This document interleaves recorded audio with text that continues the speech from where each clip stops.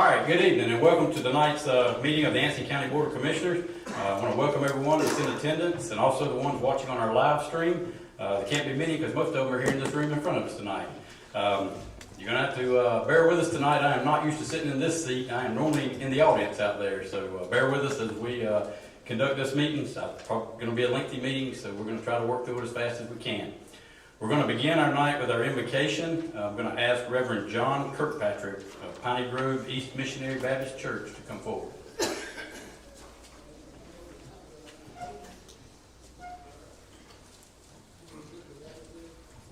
Let us pray.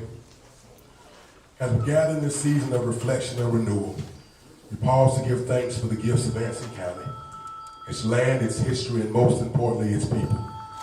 We are grateful for the opportunity to serve, to lead, and to work together for the good of all who call this county home. In this time when the seasons remind us that change is constant and growth requires care, grant us wisdom as we conduct the business before us. Help us to move forward in unity, setting aside division and embracing collaboration, respect, and understanding. May our words be thoughtful tonight, our decisions be just, and our actions be guided by integrity. We ask that every discussion and decision made in this meeting keep the people of Anson County at the center. Families, elders, children, workers, and future generations. Let fairness guide our judgment, compassion shape our policies, and accountability strengthen our leadership. Grant our commissioners clarity of mind, courage of heart, and a shared commitment to build a stronger, healthier, and more prosperous Anson County for all, leaving no voice unheard and no community overlooked. May we leave this place committed to serve, grounded in unity, and inspired to work together for the common good. In Jesus' name we do pray. Amen. Amen. Thank you, Reverend Kirkpatrick, for that. All right, at this time, if you'll stand, we'll ask Commissioner Woodward to lead us in our Pledge of Allegiance.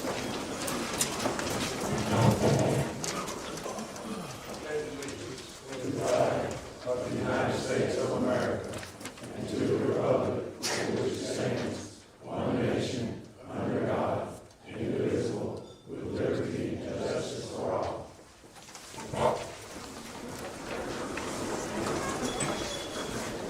Thank you, Commissioner Woodward, for that.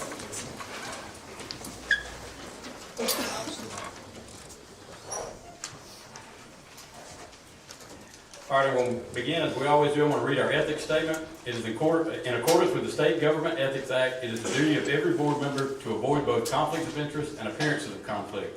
Does any board member have any known conflict of interest or appearance of conflict with respect to any matter coming before the board tonight? If so, please identify the conflict and refrain from any undue participation in the particular matter involved. So is there any conflicts tonight? Mr. Chairman, I have a conflict with 2A, sir. Conflict with 2A. So I'm going to ask for a recusal for Commissioner Mims on item 2A under the consent agenda. So we'll separate that out and we'll take a separate vote on 2A and then 2B. Are there any other conflicts? All right. Hearing none, then I will entertain a motion to approve the agenda as presented. So moved. I have a motion by Commissioner Gatewood, second by Commissioner Little Reed. All in favor say aye. Aye. Thank you. All right, moving on to our consent agenda. As stated, Commissioner Mims is going to recuse himself, so item 2A, I'll entertain a motion to approve that. Second. Have a motion by Commissioner Leary, second by Commissioner Gatewood. Any discussion on 2A? If none, all in favor say aye. Aye. Thank you. All right, now moving on to 2B. I'll entertain a motion to approve that item. So moved. Second.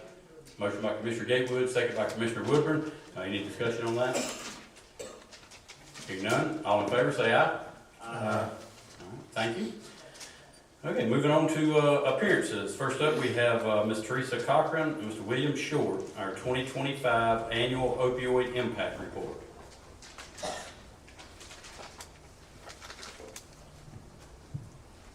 Good evening, Chair McConnell, Commissioners, and citizens of Anson County. On behalf of the Opioid Funding Committee, Mr. Short and I would like to present the yearly update on the planning, allocation, and implementation of programs funded through the Opioid Settlement Agreement in alignment with North Carolina Memorandum of Agreement and Anson County priorities. At our last presentation, we detailed the work and partnerships that were being formed to fight opioid misuse and to also provide support for people who are struggling with substance use disorders and their families. Since our last report, our committee has met 10 times. In addition to that, we have toured Samaritan's Colony and Bridge to Recovery. We have also attended the North Carolina Summit for Reducing Overdoses. At that meeting, which was sponsored by the North Carolina Association of County Commissioners, we received training related to the reporting expectations associated with these funds. In addition, we have engaged directly with residents, service providers, and recovery advocates to understand our community's most urgent needs and the effective strategies to address them. Our mission is clear: to use these funds responsibly to reduce opioid misuse, save lives, and strengthen recovery in our county. Opioid misuse continues to devastate families and strain our emergency systems. In 2024, our county saw a 25% increase in opioid-related ER visits and an overdose rate that is above the state average. Another prevalent concern is the rising number of deaths in Anson County due to fentanyl, which is one of the highest in the state. These numbers aren't just statistics. They represent neighbors, friends, and loved ones.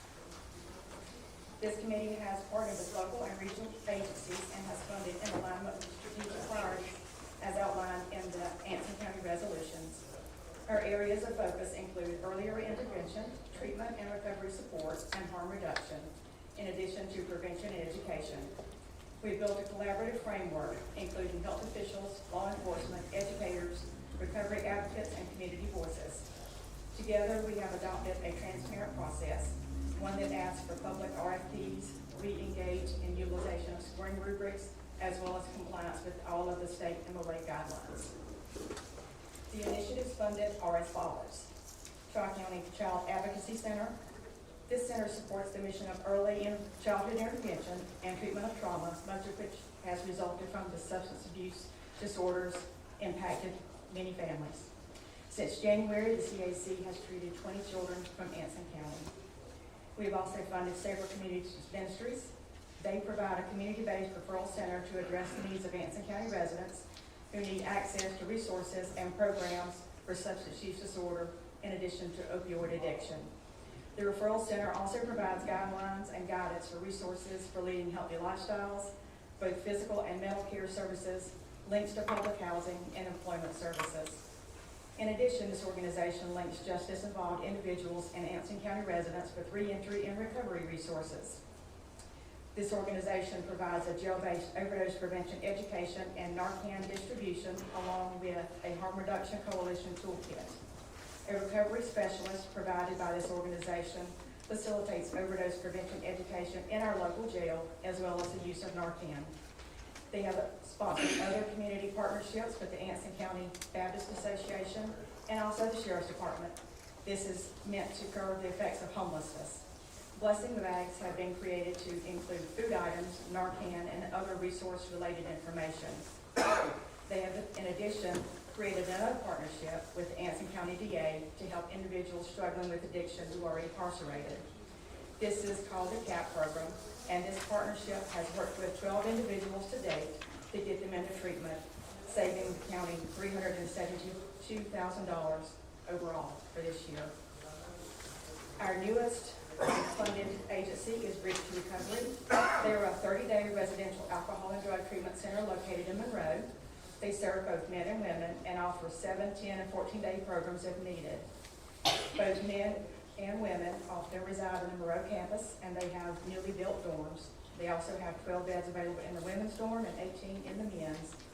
Their program includes evidence-based treatment practices along with one-on-one counseling, daily NA and AA meetings. To date, we have sent 6 Anson County residents that have received treatment at this facility. Samaritan's Colony is a 12-bed residential treatment facility located in Rockingham. Its mission is to support recovery from substance use disorders and to promote holistic healing, mental, physical, and spiritual, across all underserved areas in the Sand Hills region. They offer comprehensive aftercare, including discharge planning, recovery coaching, housing support, job training, peer mentorship, and follow-up. It is also noteworthy that Anson County is the first county to support recovery housing. This support promotes the development of life skills to maintain their sobriety. Lastly, we have prepared harm reduction kits and these include rider training for the school nurses, as well as sheriff's deputies, multiple first responders, and training groups. To date, approximately 800 boxes of Narcan have been provided. Already, these investments are making a difference. In the past quarter, 22 individuals have entered treatment programs.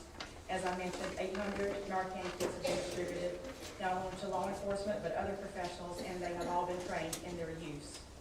While it's still early, we're seeing encouraging signs of increased access to care and stronger community partnerships. We do, however, face challenges, including a shortage of clinicians, transportation barriers for rural residents, and the need to ensure these programs remain sustainable after the settlement funding is spent. The committee is actively engaging in solutions, including regional collaborations and leveraging additional grant opportunities. Looking ahead, our next steps include finalizing contracts for the remaining approved projects, launching a countywide awareness campaign about available services, and continuing to connect with partner agencies each quarter to ensure transparency and accountability. This is more than a financial report, it's our roadmap to healing, and with your continued support, we can turn these funds into real change for our county. I'm going to turn the mic over to Mr. Short, and he would like to share a short success story.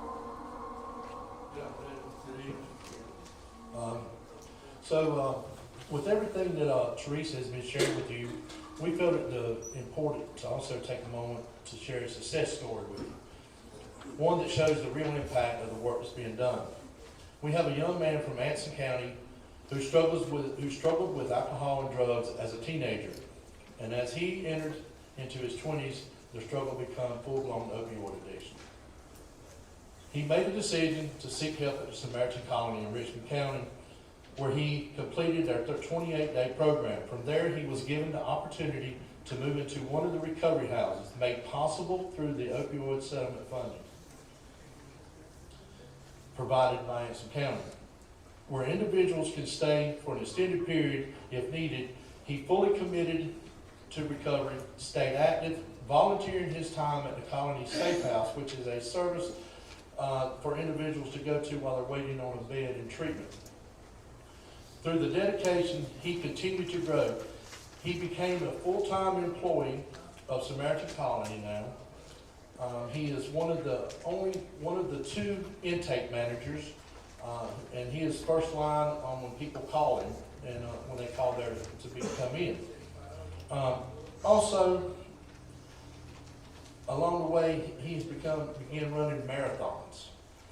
And among other things, he is now enrolled in college and studying to become a drug and alcohol counselor. So he can continue helping others in recovery, and especially those from Anson County. It's one thing for someone to stop using substance. It's another thing entirely to see them truly rebuild their lives and move forward the way this young man has. All of this was made possible through the funding provided by Anson County Opioid Settlement and the partnership we have built with Samaritan Colony. We wanted to share this with you because this is exactly what the funding was designed for.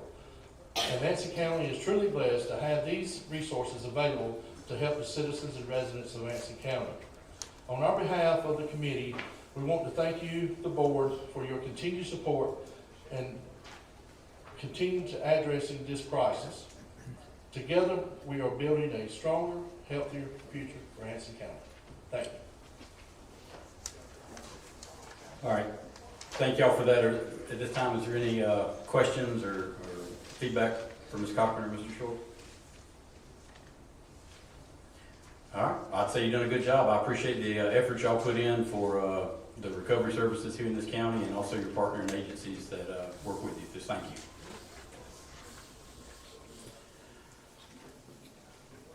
All right, up next we have Mr. Larry Newton with our 2026 tax reevaluation adoption.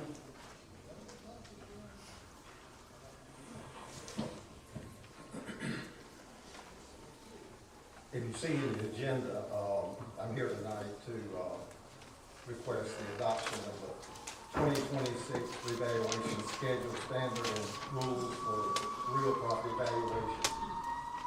And the schedule that you have, which was presented to you on the 18th of November, has not changed. It's the same. Also, as a second part, I want to separate, in other words, the adoption of the revaluation schedule. One for just real property values, and then secondly, we want to adopt the 2026 revaluation schedule standards and rules for qualified farmland for present use value, and it's the same as was presented to you in November 18th.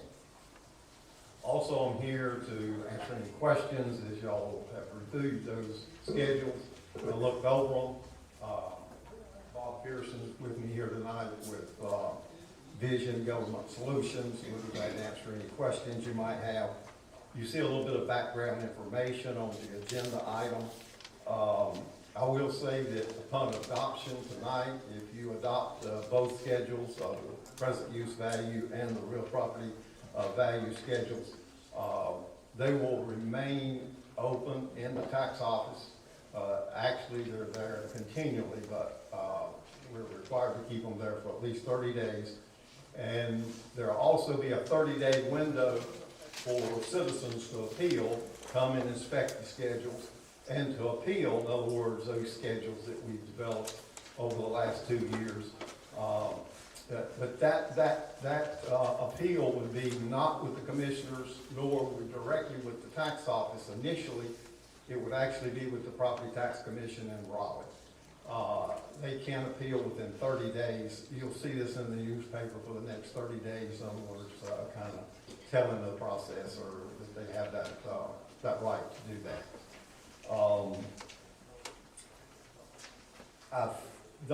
We haven't changed anything in the schedules. We're still doing field work. We're still working on that project, but these are basically a piece of the schedule and the process that doesn't change. That's all physical out there that we're trying to put together, in other words, to develop these values that you will get a notice, in other words, after the first of the year, what their value is. At that time, there'll be a place in which you can appeal it. You can appeal it to the county. Actually, we'll have informal appeals, and then we'll actually have formal appeals. So it'll be a two-step process in-house that you can go through. In other words, if you disagree with the value in which the county has placed on your property. Then after that, then as an individual, you can still go to the Property Tax Commission, in other words, and then file an appeal down there, which at that point, in other words, the county would be involved in representing, in other words, the schedule, in other words, that we developed. So I'm asking you to adopt that, make a motion and adopt both of these schedules tonight, if you will. Okay, so once we adopt both of these items, the citizens will have a chance to appeal that. It'll go directly to the State Utility Commission. It'll go to the Property Tax. Or Property Tax Commission, I'm sorry. PTC. Yeah. And all that is, they would be appealing basically the schedule or the rates that we're going to assess their property at. That's correct. That's what we're adopting tonight. That's correct. When do you anticipate the citizens or property owners getting their value of their property? Yes. The projection is to get them to them by February. Okay. It may be late February, but we should get all the values mailed out to all the taxpayers in the county, well, out of the county too, by middle to end of February. Okay, all right. So, well, thank you for that. Are there any questions for Mr. Newton at this time? Yes, sir. Just one, Chairman, maybe a couple, but you're right, Mr. Newton, I guess as far as the property values for this, were they determined by full list and measure or by just I know what you call windshield? Yeah, well, I'll back up this. In 2010, we did a full list and measure. In other words, we not only measured everything that was on tax records, but everything there. We wanted to verify that what we had in 2010 and were taxing was correct. 2018, we did it was more than a drive-by. They actually have a description of just driving by a property, in other words, and seeing it. But we did a walk-around. That's what we did this year. And what we did is we didn't remeasure everything that was on the property tax card and was already valued, but anything that was not on the property tax card that had been put there since the last revaluation, which most of that's picked up through the planning department. In other words, we work off, in other words, building permits. So, yes, we'll pick up anything that's there that wasn't there earlier or wasn't picked up by someone, and it'll be added to the records tax. And last question, this is something I'm gonna do, is, right now, we're at matching for the revale, we're on an 8-year cycle. The property value, the way they're increasing now, it's like a sticker shock from the kid. So I think we probably need to start working more shortly that cycle and get back to something better. So if you just kind of take a look at that and bring a recommendation to the board when you got it. So Yes. consider it. Yeah, I think that's a wise approach, in other words, to look at it and to come back possibly to a 6 and then maybe even to a 4. Okay. But let's look at it as a 6 and a 4, and I'll also bring a presentation to the county, to the commissioners, and we'll see which one best fits us now. We can go to a 6 and then go to a 4 later, but, yes, I think that's a plan and something well done. Thank you, Mr. Chairman. All right, any other questions for Mr. Newton at this time? All right, hearing none, I'll entertain a motion to adopt the 2026 reevaluation schedule, standard, and rules for real property values as presented on November 18th. Second. A motion by Commissioner Gatewood, second by Commissioner Mims. Any discussion on the real property value? Hearing none, all in favor say aye. Aye. Thank you. All right. So now I'll entertain a motion to adopt the 2026 reevaluation schedule, standards, and rules for qualified farmland for present use value as presented on November 18th. Second. Have a motion by Commissioner Woodward, second by Commissioner Gatewood. Any discussion on that item? Hearing none, all in favor say aye. Aye. Thank you. Motion passes. And if I might say this, you could have approved both at one time, but we decided, and I think it's the best approach, is that if we separated it, being there are 2 separate schedules, if we get an appeal, it doesn't hold up the whole process. We deal with the one that might get the appeal, but we can move on with the other. Okay. Thank you. I thought you just wanted me to do more work. All right, thank you for that. Okay, that concludes our appearances for tonight. So now we're going to move into our public hearing. I guess that's what everybody's here for, so we'll go ahead and get started. As you recall, this is going to be a quasi-judicial hearing, so as we enter into this public hearing, once we open the floor for testimony, anyone who has standing and wishes to speak, you've signed up on the sheet. We have a verification sheet here that will verify that you have standing. You will be given sworn testimony, so we'll swear you in as a group to hear your testimony. I do want to remind you that that is sworn testimony that can and would be used in the court of law, considering anything further down the road. So at this time, I will entertain a motion to enter into public hearing. So moved. Second. I have a motion by Commissioner Elby, second by Commissioner Gatewood. All in favor, say aye. Aye. Thank you. So we are in public hearing to hear the special use permit 25-0007, which is a Class A special use permit, solar energy system level 3. So I'm going to turn it over to Mr. Nick Addison, our planning director. Thank you, Chairman. Thank you. Just to make sure everyone's sworn in, if you would like, we can go ahead and do the swearing in at this time, and that way I'll be sworn in as well, and we can go ahead and proceed from there. All right, so I have the sign-up sheet here that's got some names on it. So everyone who signed up who wishes to speak, or anyone who did not sign up that has standing, and when I mean standing, you're an adjoining landowner or someone who can express damages directly from this special use permit, then I need you to stand up so we can swear you in. Like I said, we're going to do it all at one time so we don't have to do multiple swearing in. So everyone please stand if you signed up or wish to speak.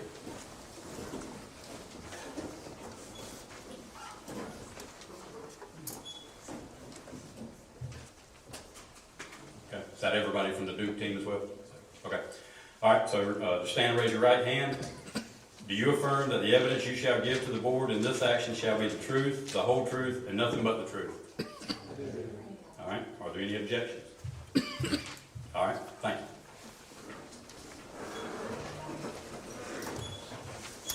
Okay, one last housekeeping matter before we get started. General Statute 160D46C requires any material provided to the board also be provided to the applicant at the same time. I am going to provide the commissioners with one additional documentation and the applicant as well.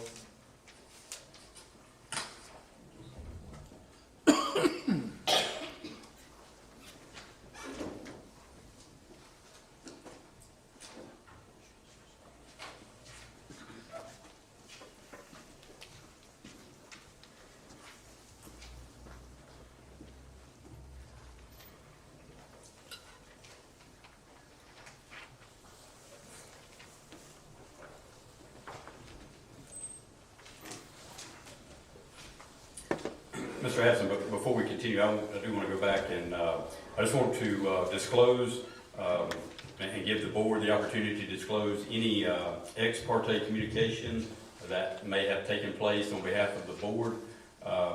So I will go first, and then I'm going to open the floor for the other commissioners. I just want to disclose to both the citizens and to the applicant the potential for ex parte communication on my behalf has occurred at meetings with Duke, as for instance the open house when I attended in Ansonville. I also attended a emergency response meeting last Friday with Duke and first responders of the county, as I am a fire chief currently.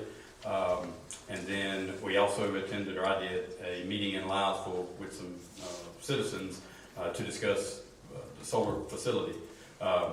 That being said, none of that communication will be used in a decision making tonight on my behalf. So I just wanted to disclose that to both the applicant and to the citizens. For this time, are there any other board members that have had any communication? Mr. Chair, I would like to say something. Yes. My belief in platform has always been transparency and honesty. Therefore, it's only right that I inform you that I did attend the planning board meeting on November the 6th. I did not participate in the hearing, but I did listen. But my decision will be based only on the evidence tonight. Okay. Thank you for that. Mr. Woodward? Mr. Chairman, I would report that I attended the meeting in Ansonville. I don't think I've been anywhere else. Okay. All right. Thank you. Mr. Chairman, I Yes, sir.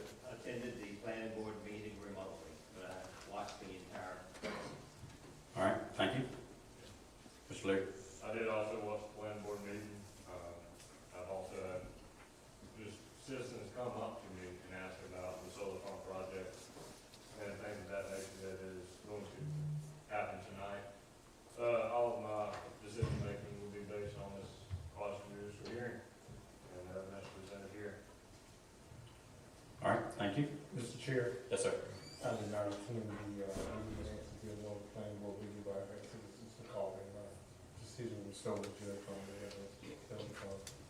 Okay. Thank you. Anyone else? I received some emails and had some conversations, but with some concerned citizens.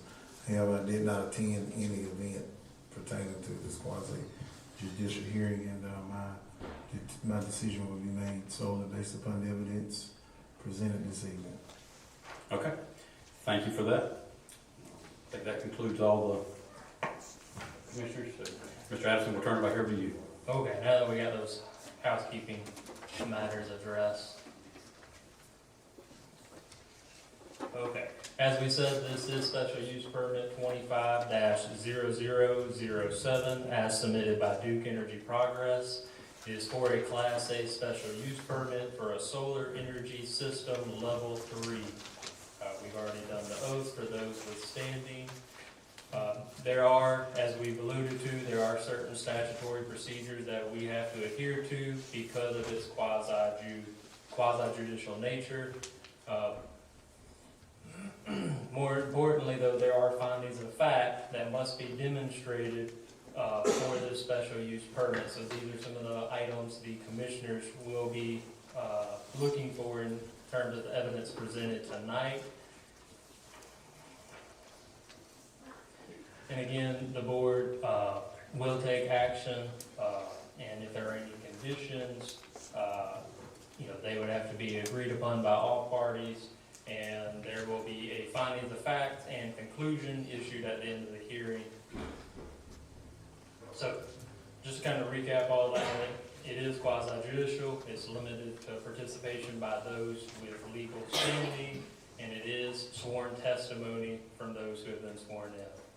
So, this is an application for a solar energy facility. The project size is 1,047 acres with a fenced-in size of 794 acres.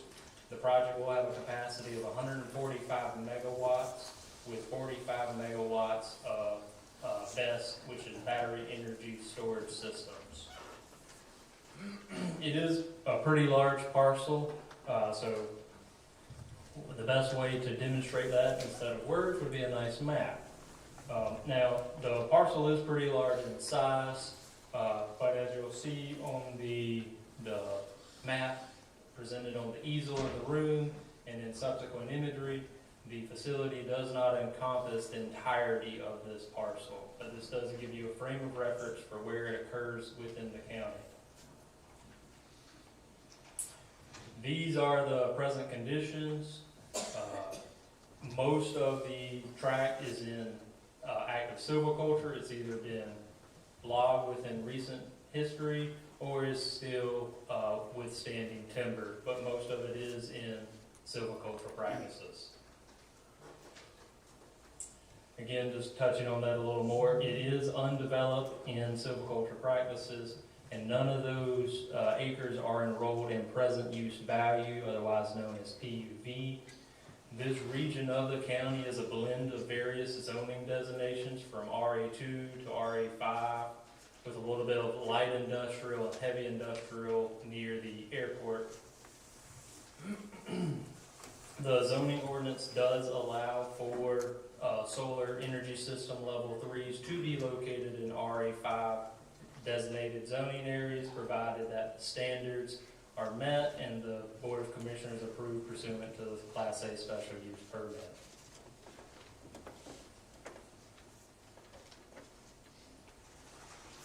So one thing we always look at when we have special use permits to consider is the environmental features. As you can see, there are flood zones located on the property. None of the proposed activities should impact those flood zones, but if they do, Duke's proposal accounts for that.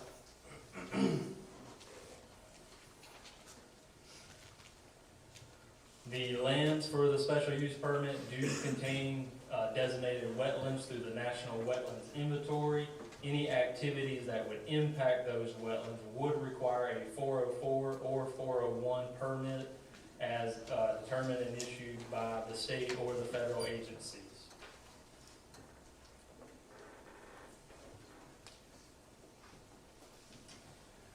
In regards to other sensitive features of note, there is no designated North Carolina Natural Heritage Program natural areas or managed areas in the vicinity, and there are no known listed historic resources as listed with the North Carolina State Historic Preservation Officer. Looking at transportation in this area, there's 2 roads that this parcel does abut. It's North Carolina 109 North and Pleasant Grove Church Road. 109 is a major collector and it's the NC route. Approximately gets 1,300 annual average daily traffic, whereas Pleasant Grove Church Road is a much smaller road, approximately only 100 annual average daily traffic. So, as with any special use permit or any action that's taken, it has to meet the standards of the zoning ordinance. So, within the zoning ordinance, these are the matters that pertain to level 3 solar energy systems. So we'll go through these and address each one. This is just kind of the nameplate information of the solar facility. You may have seen in other materials, sometimes it's referred to as Anson Solar 2, but it is the same project. Again, it has a fenced-in acreage of 794 acres, and with a capacity rating of 145 megawatts with 51 megawatts of BESS. The applicant has provided the component information for the intended solar panels, and the inverters and that sort of material. And all this is in the packets that applicant has provided by the binders in front of you. So going through the items that have to be demonstrated to be in accordance with the standards for this type of facility, they do meet the standards for setbacks. None of the structures are closer than 500 feet of an existing residential dwelling unit. The proposed fencing meets setback requirements, and so do the panels and other structures. In regards to screening, the ordinance provides several ways an applicant can satisfy screening and buffering. To the extent where it exists, the applicant intends to use existing mature vegetation at a depth of 75 feet to provide screening. In locations where that existing mature vegetation does not exist, the applicant intends to plant vegetation. The applicant has also provided, located in the binders in front of you, buffer visualizations that have been done by Kinley Horn. Moving forward, security fence. We require that these types of facilities have a 6-foot fence with gates and locks. And again, we have that 5-foot setback. Their proposal includes that. This facility is located in the Airport Height Overlay District. The applicant did complete the FAA notice criteria tool, and it was determined to be of no hazard to air navigation. They also performed the solar glare study done by a third party known as Pure Power. They examined the flight paths, the runway 16 and 34. The third party, Pure Power, determined that there was no glare for either approach. For this type of action, we also require a decommissioning and reclamation plan. The applicants provided one. Of items of note, the anticipated life of the project is 35 years. The anticipated project would be decommissioned within 6 months and reclaimed within 12 months whenever they complete operations. And decommissioning would include the complete removal of all facilities, and as much as possible would be recycled. Reclamation would restore the area to its pre-construction condition, and this would include regrading, reseeding, and replanting any materials as needed.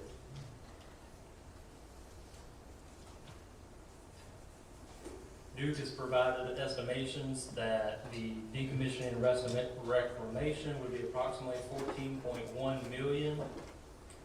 After salvaging and recycling the materials, they anticipate the salvage value to be $1.2 million, with a net estimated decommissioning and restoration cost of $12.9 million.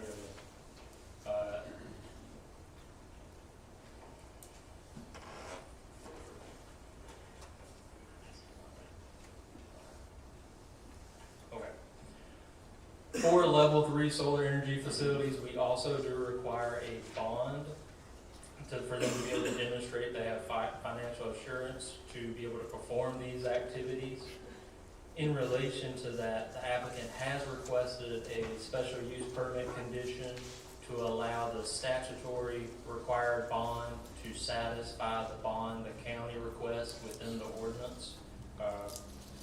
We'll get into that a little bit more in a following section, but they are requesting a condition related to that bond.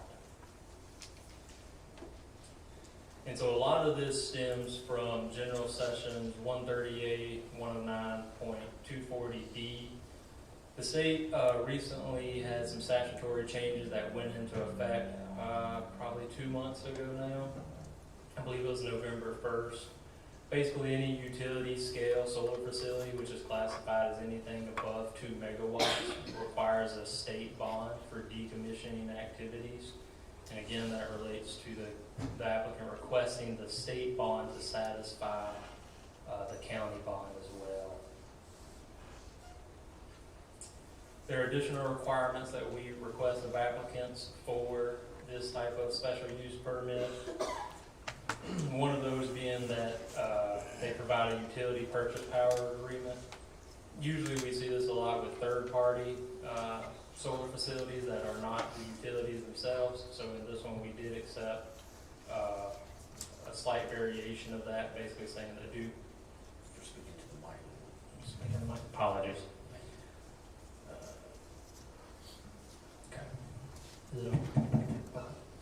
So, they also requested a condition to allow for a legal description of the property and the plat to be filed after the issuance of the special use permit, but prior to the issuance of a building permit. They requested a condition to allow for NCDQ documentation to be submitted after the issuance of the special use permit as well.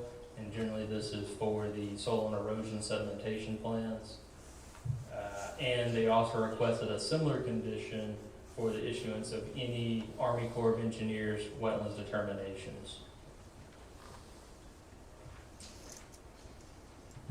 The memorandum of real estate purchase and sale agreement was provided in accordance with the ordinance, along with site plans and a statement of justification wherein the applicant highlighted the proposal's consistency with the ordinances and plans of the county, the economic benefits, and the production of clean renewable energy. Some of these are included in the special use permit conditions, but prior to a building permit being issued for this project, if approved, they would be required to secure a DOT commercial access point permit, establish a 911 address, secure the DEQ approval, any applicable 401 or 404 permits for wetlands, if applicable, the description of the property, and any plats required. So, all that to say, including the applicant's requested conditions for a few of those items, what they have proposed does meet the standards of the ordinance.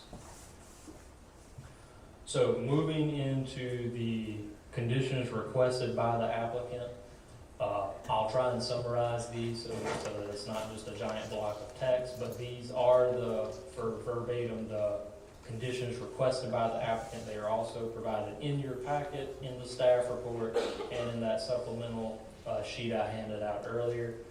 But essentially, condition number 1 is reaffirming that the proposed solar facility should only apply to the applicable properties, that the final legal description would be submitted prior to the issuance of the building permit, and request that any decreases in size or intensity be classified as a minor change, which allows for administrative review and approval by the zoning administrator. The second condition, they're basically reaffirming their commitment to adhere to meet applicable local and state regulations and standards. Moving on, the third condition they have submitted is again requesting that we accept the state statutorily required decommissioning bond in lieu of the county required bond. The fourth condition, again, they're reaffirming that certain materials will be provided prior to the issuance of the building permit.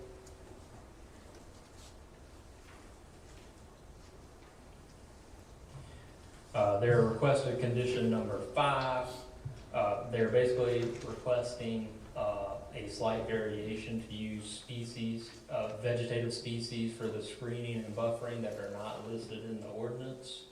And condition number 6 requests that the vested rights be for 5 years instead of 2.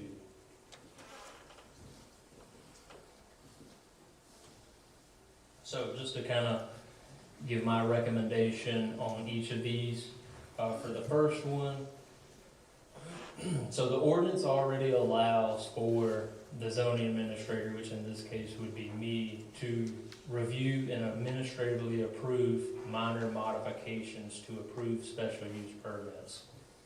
Acceptance of this condition would just clarify that a decrease in intensity and scale is something that would be classified as a minor modification. Minor change.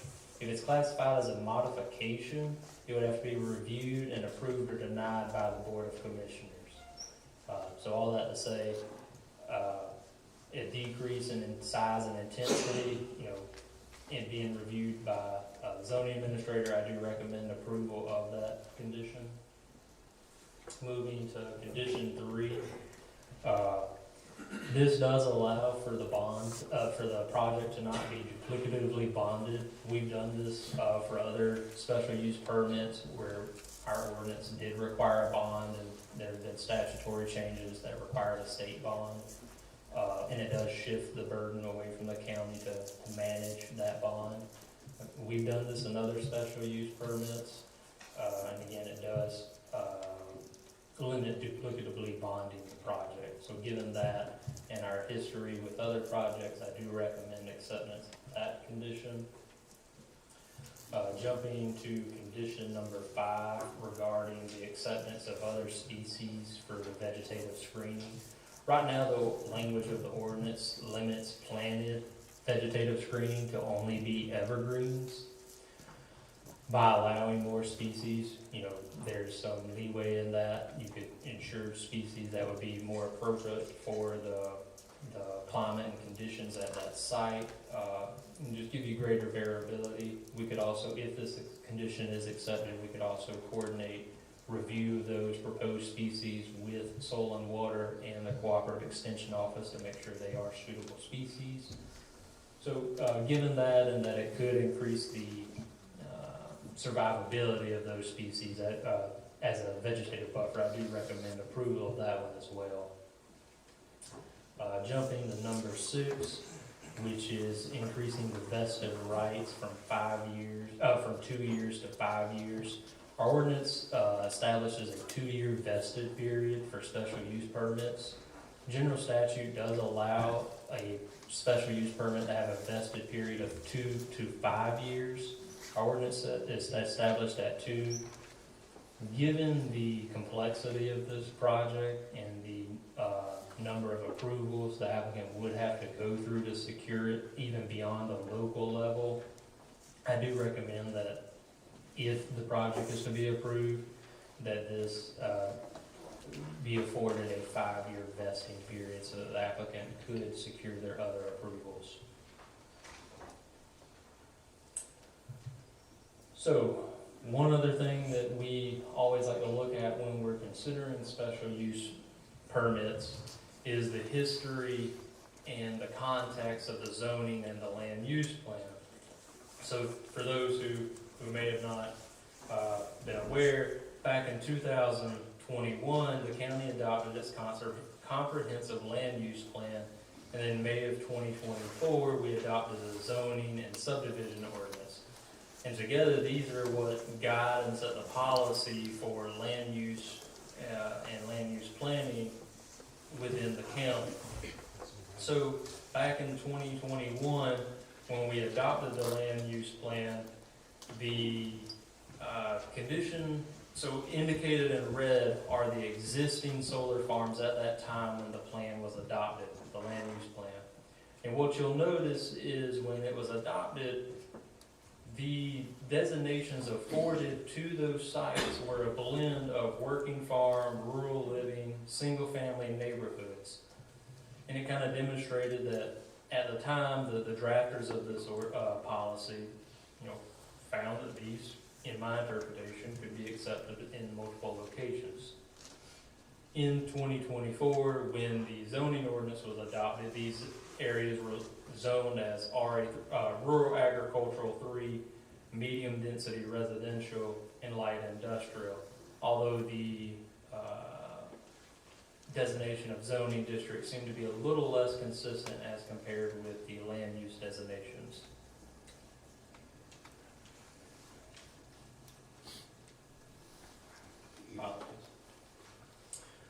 So historically, through the precedents that was set through the land use plan and the zoning ordinance, and the variability in how they were designated, it could be taken that we find that we, the county, and the commissioners at the time who adopted these documents, found that solar energy facilities could be suitably located in various locations throughout the county as long as they met the standards that existed at that time.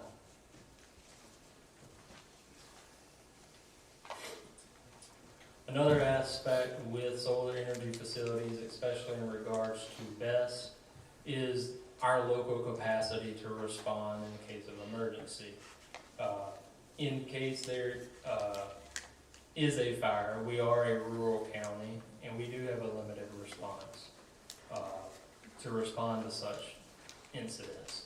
So it would be my recommendation that the county consider prudent special use permit conditions that would enhance local preparedness, response capabilities, and afford better safety. And we'll get into those in just a moment.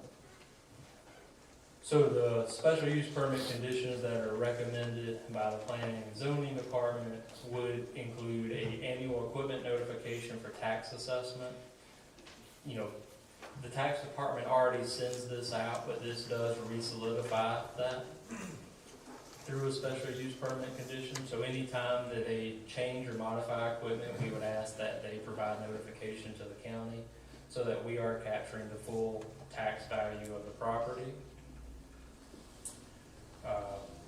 Another condition, recommended condition, would be an emergency response plan developed between the applicant, the county's emergency management director, and the fire marshal.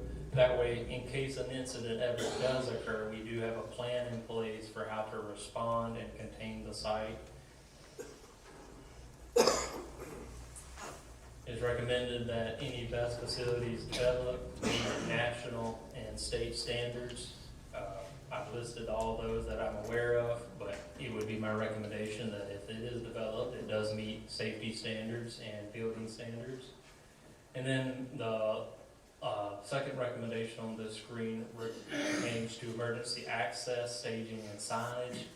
That way, again, should an incident occur, there are the appropriate sites for the emergency personnel to respond to and have access to.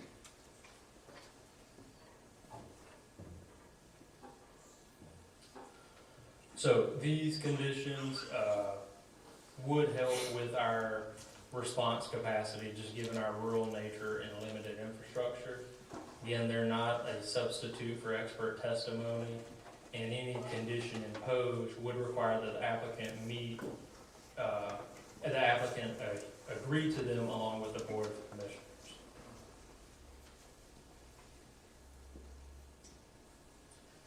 Another thing that was examined by the department was other local ordinances, and we have lots of local ordinances. Some of the other ones that were examined in regards to this project were the management of hazardous and low-level radioactive waste ordinance, the solid waste management ordinance, the noise ordinance, and the voluntary agricultural district ordinance. This project is in alignment with those ordinances and does not conflict with any of their regulations. So from a zoning standpoint, it is the recommendation of the department to approve the project, including the aforementioned special use permit conditions supplied by the applicant and those supplied by the Planning and Zoning Department as just discussed. This recommendation does align with everything. Excuse me. This recommendation rests on the fact that the proposal meets the standards of the ordinance for a level 3 solar energy facility, the historical precedent set by the land use plan and the way the existing solar facilities were designated within that at that time, and how those facilities were subsequently designated in the zoning ordinance. And anything, how do I word this? My recommendation, it shouldn't be taken, in a void. I just want to stress to the commissioners that the applicants and those withstanding will also present testimony, and so take it as a recommendation, but their testimony and their expert evidence is what will guide the decisions and your determination of do they meet the standards of the ordinance and have they demonstrated the four findings of fact. I will also say the planning board did give a recommendation at the last planning board hearing. The planning board voted to recommend, based on the evidence presented, recommended denial citing safety concerns, and that was a 6-0 vote. There was one member absent during that hearing. At this time, does any members of the board have questions for me? Any questions for Mr. Addison? Yes, sir, Mr. Woodward. Thank you, Mr. Chairman. Just a clarification. I mentioned if I understood, the solar farm is located in an area with flood zones, wetlands, is that correct? That is correct. There are flood zones within that vicinity and NWI designated wetlands. And so in the event, and I think you also mentioned the impact of flooding on the solar farm, do we know what that would be? Impact to the facility? I thought that's what you said. I'm just trying to go back and clarify. That's what I heard, now I don't know if that's what you meant or not. So if it's located in any of those, Flood zone, right? yeah, if it's located in a flood zone, they may need to meet additional building code requirements. And if it's located in a designated wetland, they may need to secure a 401 or 404 permit for impacts to the wetlands. And those are handled by state and federal agencies. So that was my question too about the 401 or 404. What would be, I guess, the potential impacts that could be done to the wetlands? That's what I was curious of. That would require that, I guess. Say that last sentence. What would be the potential impact to the wetlands that would require that 401 or the 404?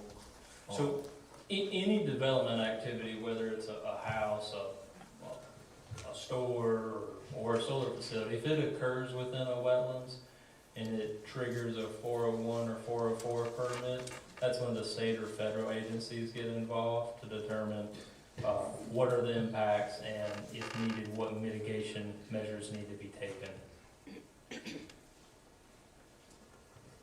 My other question was about the bond.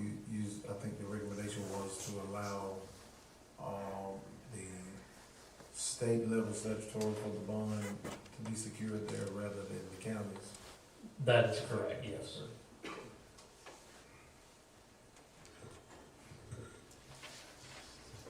Mr. Leary. In reference to the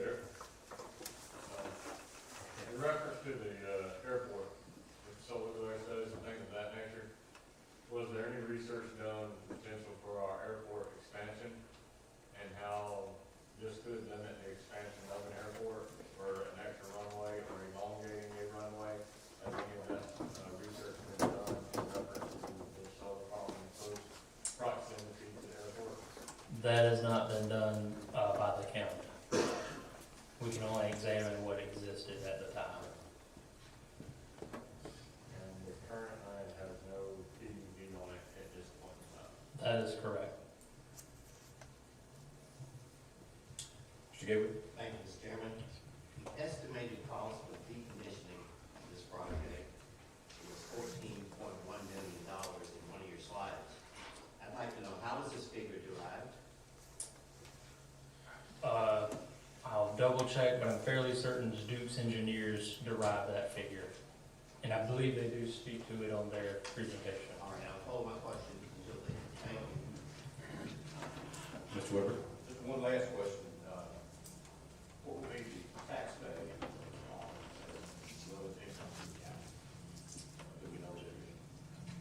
Duke does have that information in their slides, and so I'll let them present on that.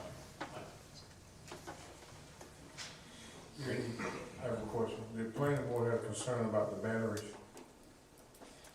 That is where their safety concerns stem from, or in relation to the best. The batteries, yes.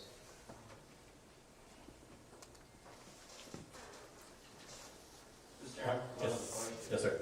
There was a lot of attention given to the emergency response plan in your presentation. Do we have a plan? Well, that's one of the recommended conditions. So if the permit is approved and the conditions agreed to by both parties, the applicant, along with applicable staff, would develop an emergency response plan for the facility. All right, thank you. Yes. I'll piggyback off that. I know that there might be testimony here tonight that can go on as far as the emergency action plan. I mean, my one big question for it is, does the county have the resources and actual ability to encompass any type of emergency response plan to meet national standards, given that we do have a rural majority volunteer fire departments in the county? That would be my It's a very valid question, and I think we're gonna hear testimony from the applicant and as well as the citizens on some testimony to that fact. So, are there any other questions for Mr. Addison or the planning department at this time? Okay. Well, thank you, Mr. Addison, for the very thorough report there.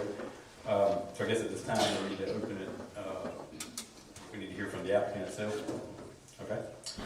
So I'll call whoever's going to speak on behalf of Duke, the applicant.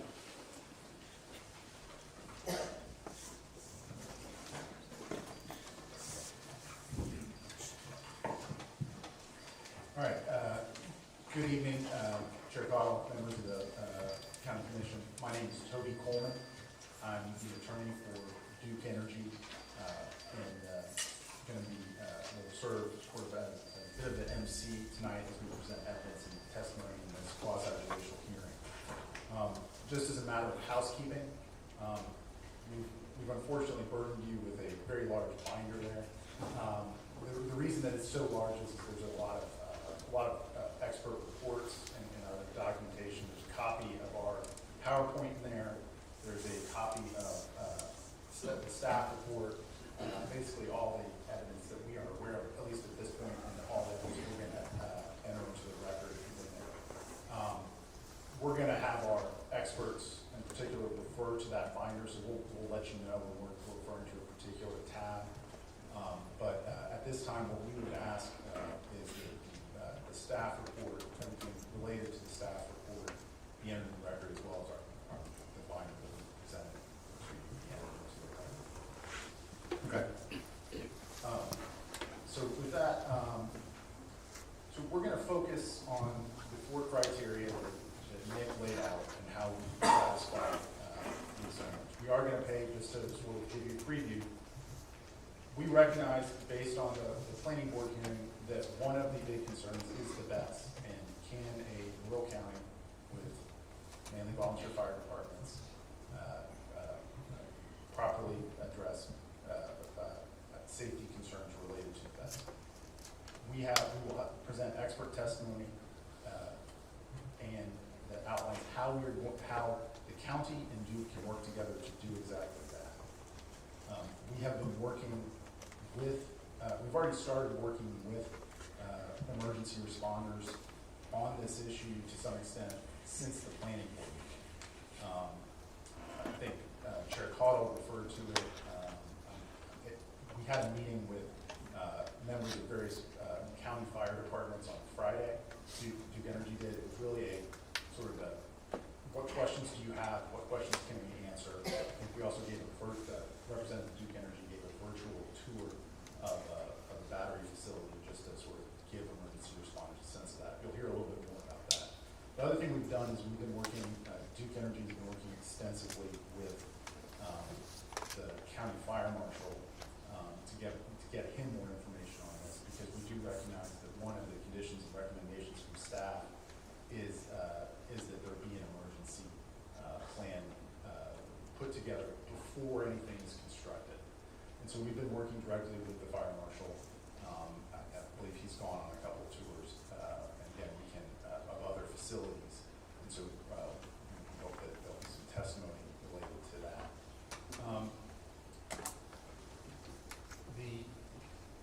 In terms of how we're going to go about this, I want to first just introduce, we're going to have a variety of witnesses. We have a number of people from Duke here. Not all of them are going to necessarily testify, but the folks that you're going to hear from tonight are Emily Tucker, who's Duke Energy's Community Relations Manager for Anson County, right there. Nathan Craig, you're going to hear a lot from. He's a renewable developer for Duke on this project. Tommy Cleveland, right there.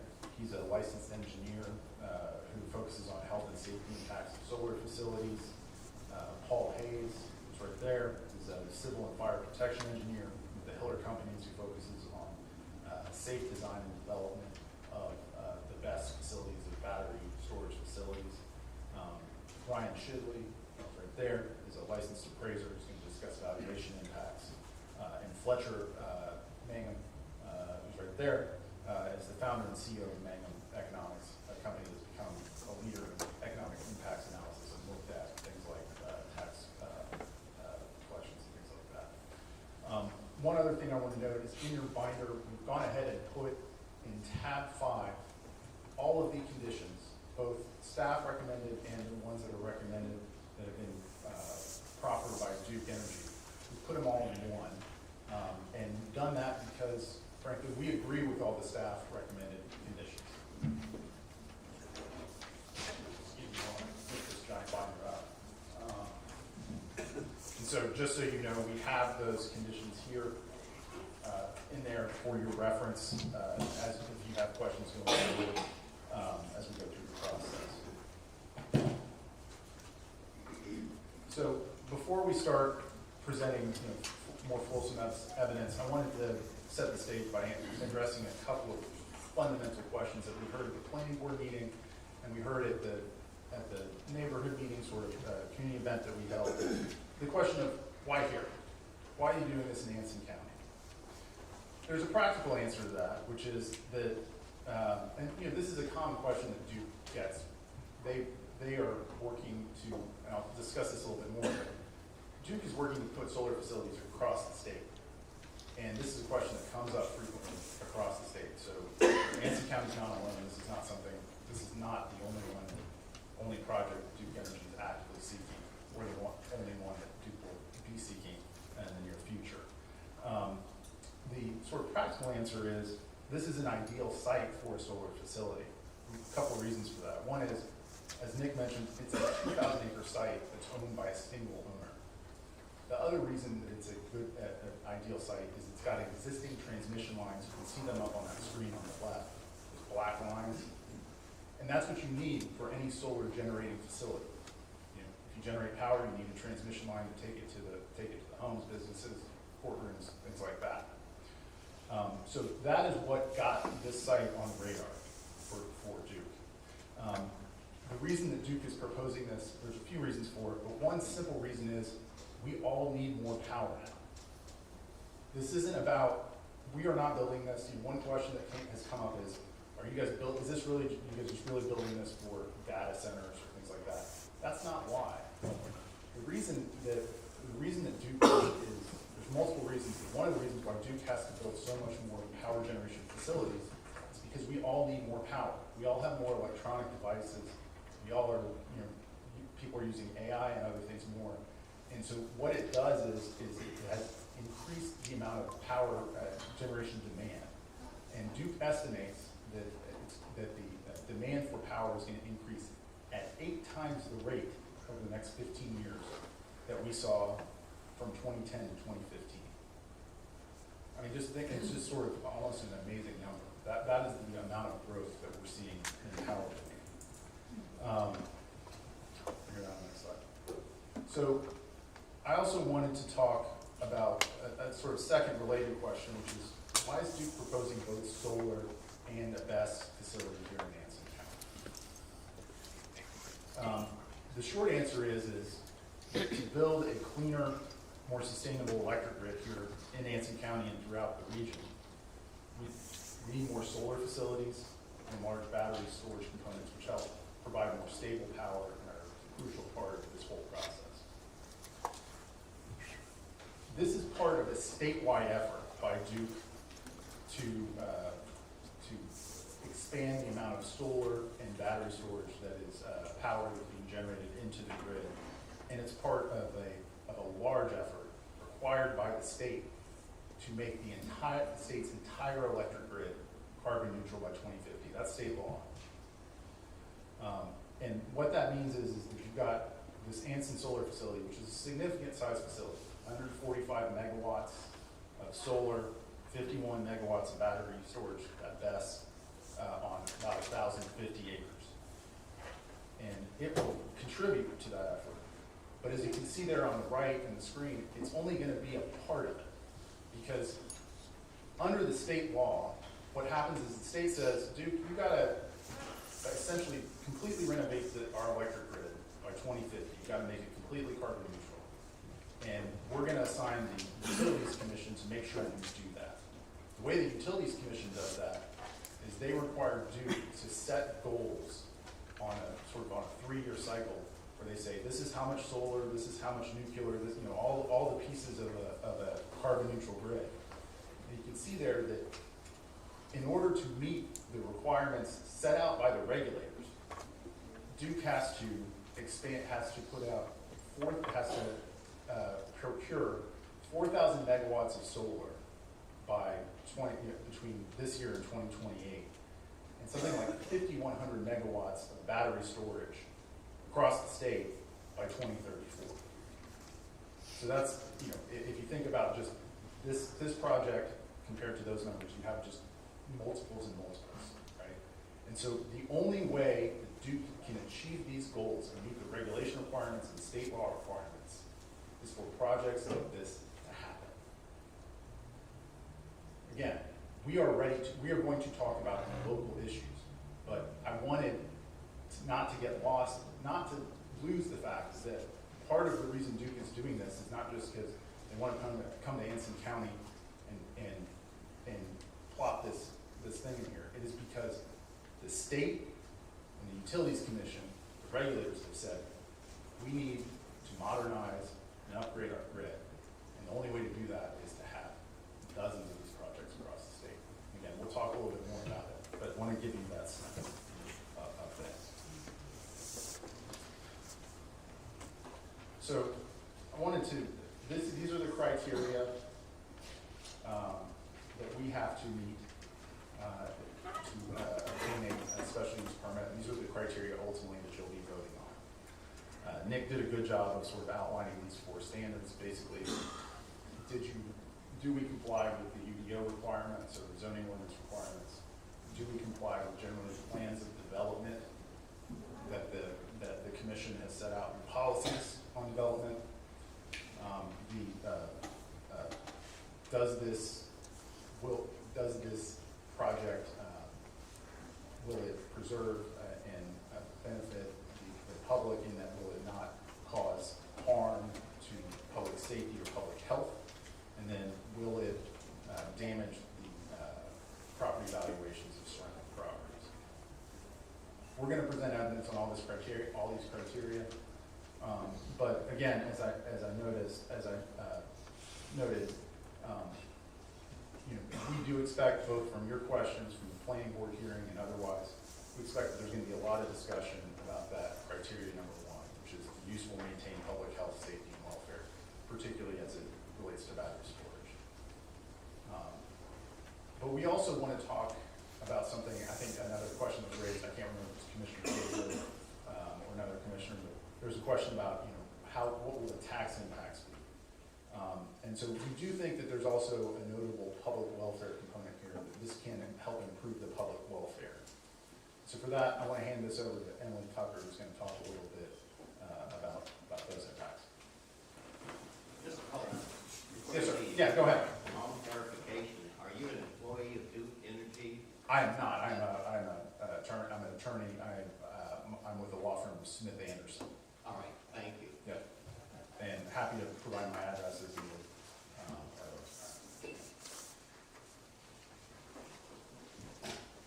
Thank you, Toby. I'm a little shorter than you, just a little bit. Good evening. Thank you, Chairman Cottle and Commissioners, for allowing us to be present tonight. My name is Emily Tucker, and I have the privilege of serving as the Government Community Relations Manager for Anson County, along with 7 other counties here in North Carolina. And I'm here to talk briefly about the proposed Anson Solar Project. As Toby mentioned, energy needs are growing across the state, and Duke Energy is tasked with meeting the rising electricity demand across the Carolinas, a demand that is driven by the economic successes in North Carolina. The Anson Solar Center will be owned and operated by Duke Energy. And as we plan for the future, our focus remains on delivering reliable service to our customers, our communities, no matter what their demand, as we need your help to meet this demand. So you ask why Anson County? Well, Duke Energy has a long history with Anson County, from our Blewett Falls hydro plant on the Petey River to our long power lines. As most have seen recently, we are currently in the process of making extensive grid improvements across the region. Our employees live and work in our communities we serve. Even some of our battery energy storage employees live in Anson County.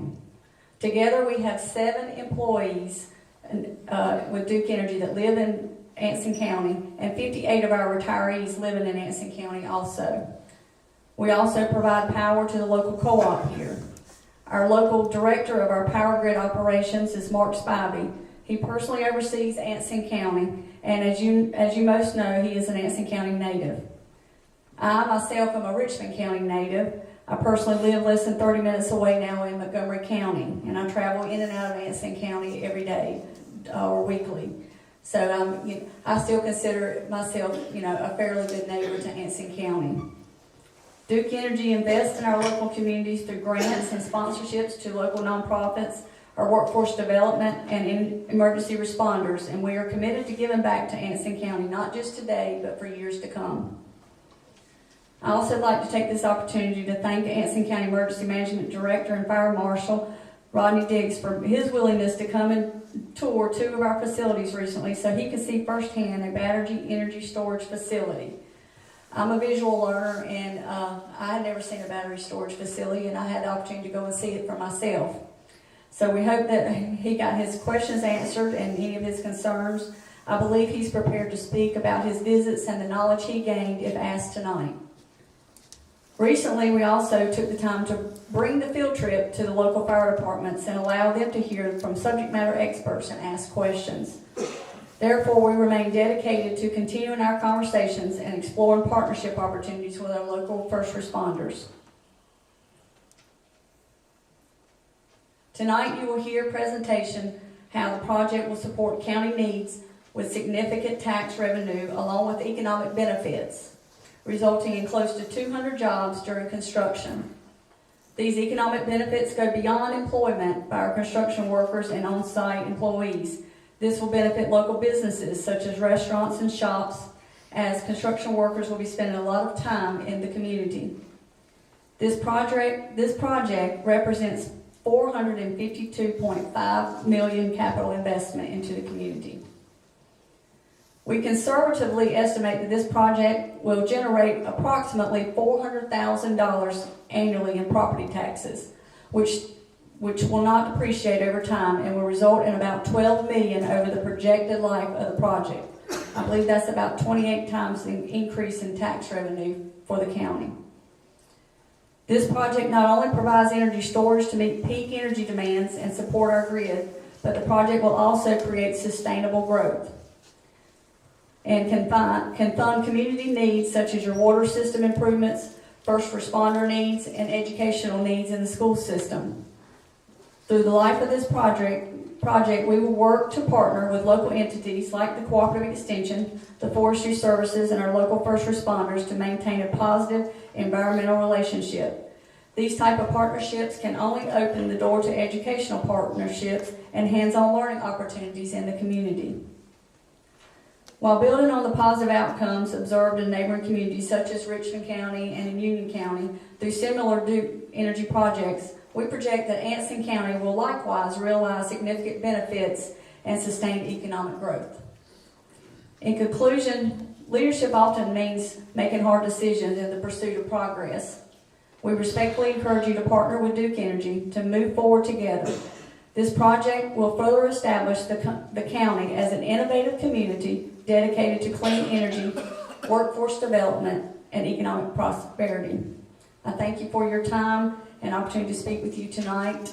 At this time, I believe I'm going to turn it over to Nathan Craig, our renewables expert. Yes, sir. Yes, sir. Ms. Tucker, first of all, thank you. Thank you for all your positive activities that you undertake in Anson County. We really appreciate it. Thank you. You mentioned there are 190 to 200 jobs. Yes, sir. Construction Jobs. What about permanent full-time positions beyond the construction process? I know there'll be full-time jobs on site there, but I believe they rotate around to the different battery energy storage, and Nathan or Justin may be able to speak more to that portion of it when it comes time. But I would think there'd probably be several full-time employees there weekly. So. That's part of my question answered. Thank you. But as you look at economic development, construction jobs is one thing, but permanent full-time jobs in Anson County, how many do you anticipate? Maybe 12 to 15 full-time jobs that'll work there, possibly. It will be somewhere around. I'm sorry. He's coming. Pardon me, if you don't know, if you would just tell him you don't know. Okay. And then you can cover it later on. I'm not being rude, I would like to. Okay, I'll defer to them, to the experts on that as far as the employee count. Yes, sir. Thank you very much. I have one question for you if you're done. Okay. You said that, and I forget the dollar value, you said the total tax value to the county was going to be roughly $400,000 Per year. per year, and you said that would not depreciate. Correct. That's the estimate that we don't anticipate that to decrease over time. Yes, sir. But the value of the asset would decrease over time, correct? Yes, sir. Okay. So And they'll speak to that portion of it. okay. Yes, All sir. right. Thank you. Any other questions for Ms. Tucker? I got a question. Yes, ma'am. I can. You said, earlier that you was working with the fire marshal, Rodney Diggs, and y'all was getting a plan together. Yes, ma'am. We have met and toured a couple of our battery energy storage facilities. One of our battery energy storage facility over in Union County has battery and solar combined. And then we also toured a battery energy storage facility over in Belmont, North Carolina, that just has the battery energy storage there, not combined with solar. So when will the plan be in place? They'll speak to the plan and stuff. I know we have talked about that with our experts. There will be a emergency plan action in place, yes ma'am. And that Duke Energy does provide training for that as well. But it won't be tonight. Tonight we vote for it. Yes ma'am. I mean, we have to have an emergency action plan in place as part of Duke Energy. That they would not obtain a permit to Right. operate without the plan Right. if it's approved. Right. That is part of We the- would have to have one in place, yes ma'am.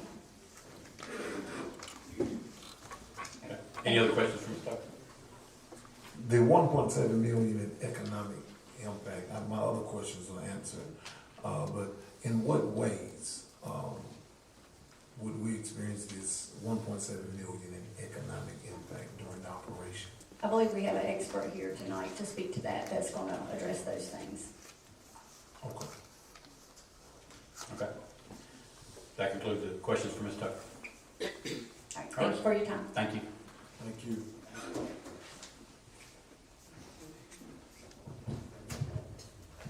So that we don't lose the thread of the questions related to economic impact, I'm gonna go and go ahead and call up Mr. Fletcher, Fletcher Magnum, with Magnum Economics. Fletcher, what I'm gonna do here is, you're out there before the type.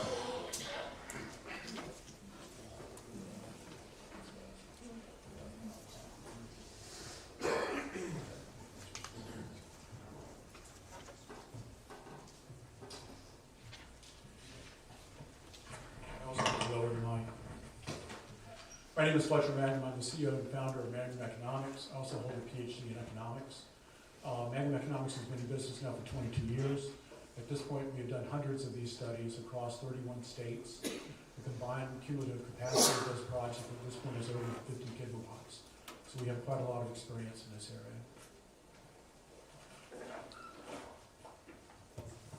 And, Mr. Chair, at this time, I would proffer Mr. Magnum as an expert in economic impacts of solar and battery facilities. Okay, thank you. And again, his affidavit, I'll go ahead and just say, there's an affidavit from Mr. Magnum on, in tab 9, if you're already there.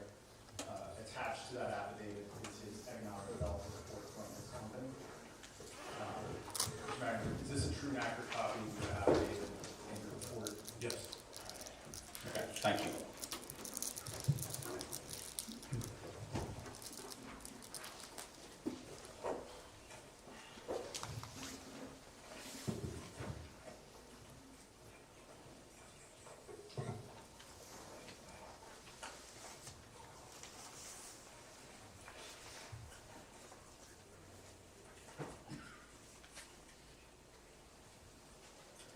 All right, so if you want to go through your report here, Okay, I think much of that information has already been covered, so let me just cover some of the highlights. okay, This project, the solar project with BESS would involve a $452.5 million investment. Mhm.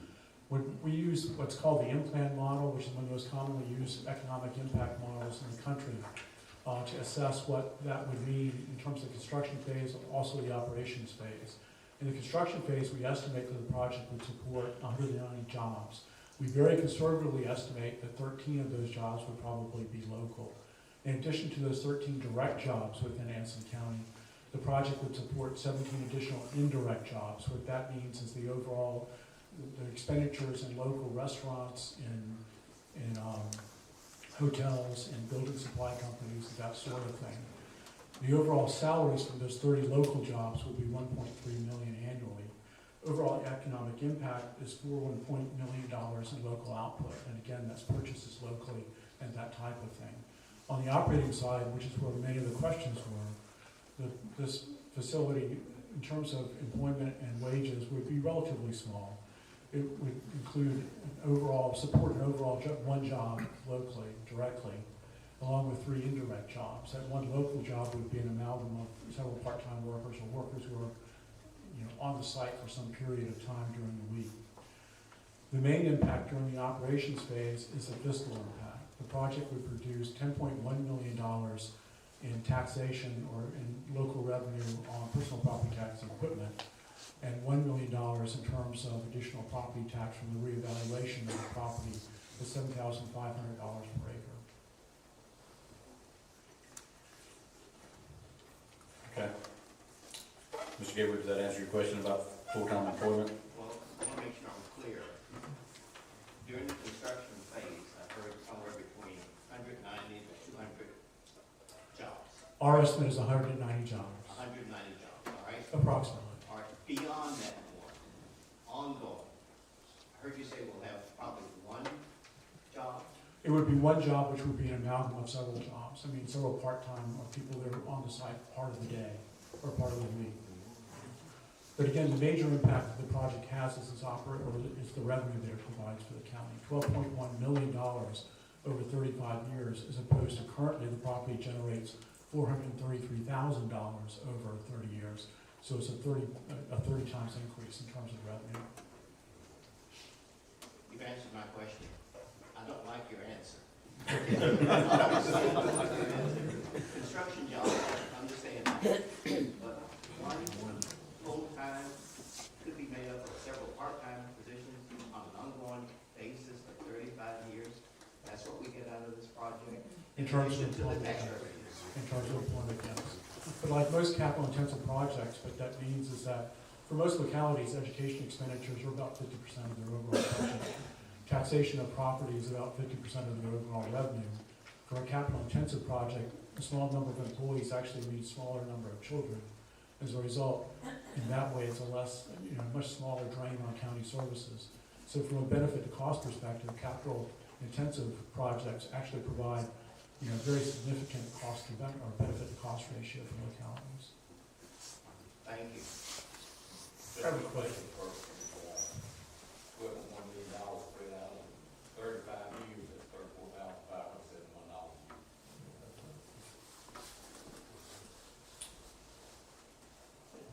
I have a question. Yes, sir. You said it's gonna be several part-time positions. And they're not gonna be there all day, but you're saying annual is gonna be $1.3 million?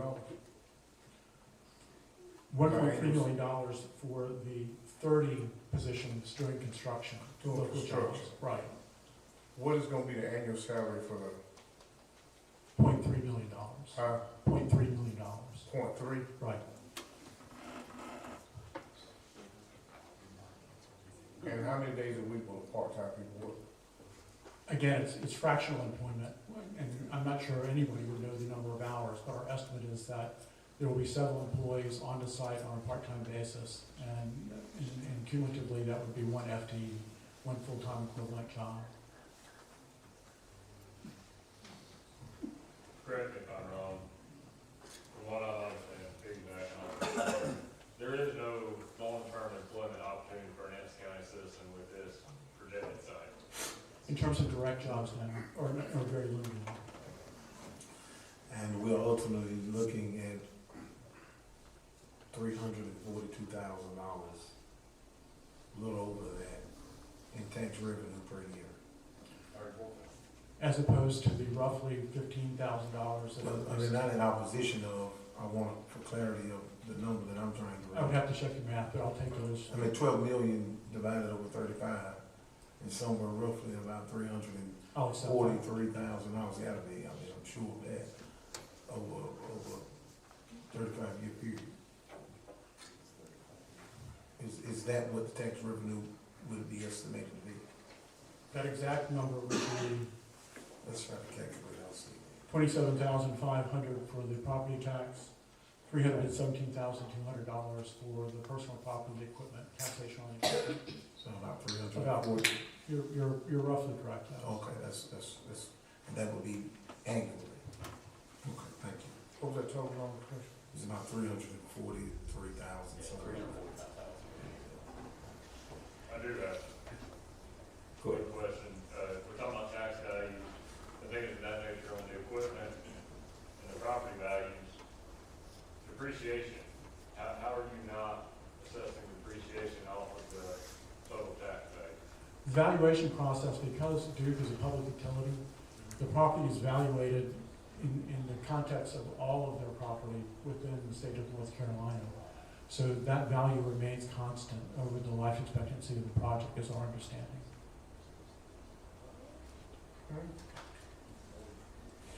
So it would not depreciate due to, The valuation would not change okay, for tax purposes? for tax purposes. Okay. We're happy to put,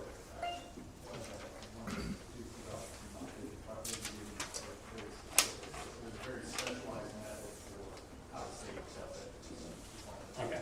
Yeah, just please remember to speak into the mic so our audience can hear you. Are there any other questions for, I think it was Mr. Fletcher? At this time, is there any cross-examination? Okay, yes, sir. If you will, Pretty loud.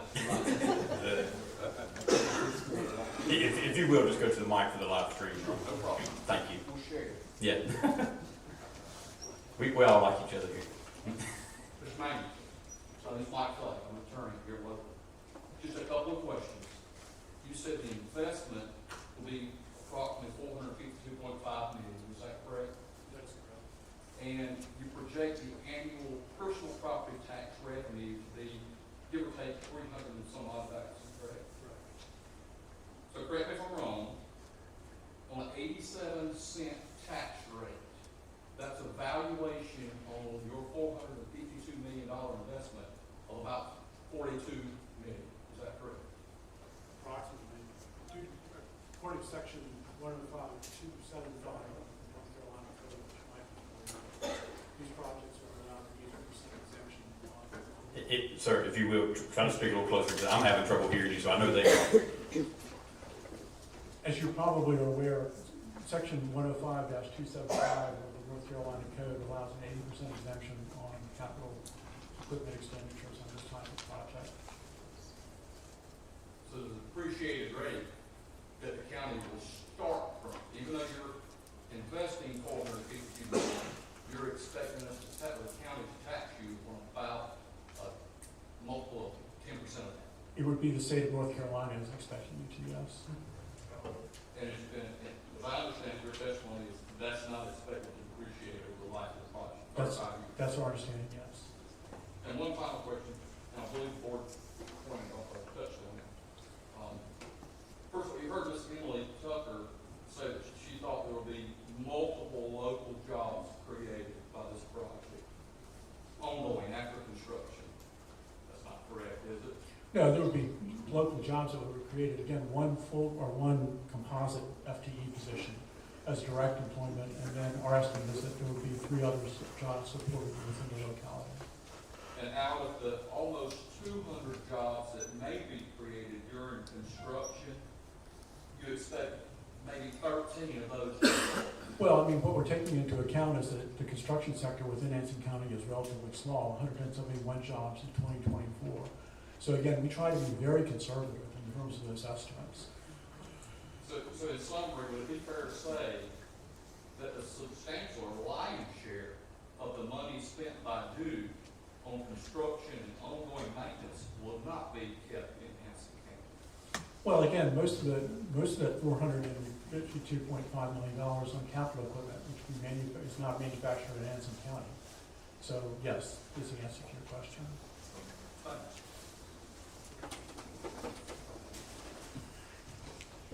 Okay, do we have any further from Duke's witness right now? Any other questions from the board? Okay. The part-time job, are these employees managing multiple sites? Okay. There are others who I think can speak more directly to that.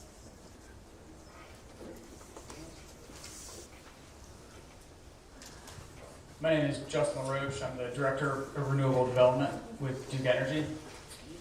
So yes, these facilities are owned and operated by Duke Energy Progress LLC. We operate across a fleet of solar standalone battery facilities.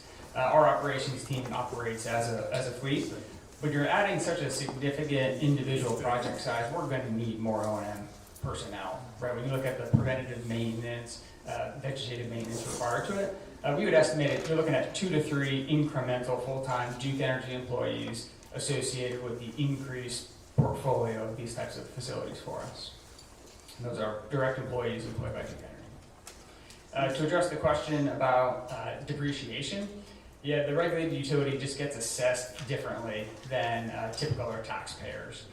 So we get assessed at the state level through the Department of Revenue, and then that apportionment goes down to individual counties on a proportionate level. So it's a fixed assessment rate or depreciation. It's not like a typical asset that depreciates year over year. It's essentially fixed. We are happy to engage with the county assessors, right, throughout that process as the project advances. Okay. Does that answer your question? Yeah, once the value is set, is valued at the same thing 35 years from now? Correct. So, I guess another question, you saying now 2 to 3 employees will be full-time on the site? Correct, yeah, and that's just separate, we're going to be the owner and operator, that's a third-party economic impact. They're looking at the contributions at the local level, at the state level. We can definitively state we will need more employees to operate more assets. But 9 times out of 10 is not gonna be anybody in Anson County. Can you say it one more time? 9 times out of 10 is not gonna be anybody hired from Anson County. They're going to operate a portfolio of facilities. They're not employees hired today. They may be located in Anson County. They may be located in the vicinity. But we will need more employees. So there's a potential for someone in Anson County to be hired. Correct. Due to this project. Correct. About 2 to 3 more people. Correct. And the 190 jobs will last for roughly about how long? Project of this size, you're looking at like roughly a 1.5 to 2 year construction duration. The peak of that, so 190 would probably be at peak. You're probably looking at closer to maybe a year at that level. Mr. Weber? Just looking, for construction, there's going to be approximately 190 jobs. Right here, we're going to see 13 direct local construction jobs, 17 indirect and induced local jobs. So on the 13 and some, to be involved in 190 jobs, most of the people with you. Again, that was Magnum's economics estimate, conservative estimate of how many of those we actually be located in Anson County. Again, I think his comment was construction isn't one of the primary tools and resources of the county. We're gonna need people to build it, right? It only naturally is we're gonna want to hire local folks to do that. That's what I was concerned about. Out of 190 people, only 13 is what we're going to get. So you guys have a team that is already technically probably prepared to come in and build. Of the 190, you have already, I'm assuming, based upon this in the packet. Yeah, so 170. Duke Energy will hire a construction firm to do the construction for us. We'll then oversee the construction. So most of those 190 jobs will be through a third-party EPC contractor, is what we're referred to. So they won't be direct Duke Energy employees during the construction phase. Duke Energy will have personnel on site doing the project management, health and safety assessments, quality control. So this project has the potential to employ about 16 people from Anson County. It's very common that the engineering, procurement, construction firm that builds these facilities, they source the manpower locally. But understand that for the numbers, this project has the potential, according to what is shared with us this evening, to employ at most 16 people from Anson County. It was a conservatively, that's a minimum number. So can you give us some more reasonable? Yeah. Please. Again, building a solar facility is very manual process, right? You have to physically put these solar panels on the racking system, so you need a lot of hands to do this. It's only natural that we want to hire local qualified folks to do that work. I don't think we can commit to and estimate, is it going to be 13, 16, 90, right? I think the overall sentiment is we're going to strive to hire local folks to build the facility. Thank you. Yes, sir, Mr. Leary. Your fleet radius for the personnel that manages your sites, what is their fleet radius? It continues to grow as we add more facilities. So right now we're building 20 such facilities in the next 5 years. So as our fleet of operating assets continues to grow, that kind of operational regional plan will continue to morph with it. So it's not a set within 20 miles, 50 miles. It'll flex as the portfolio of our operated facilities grows.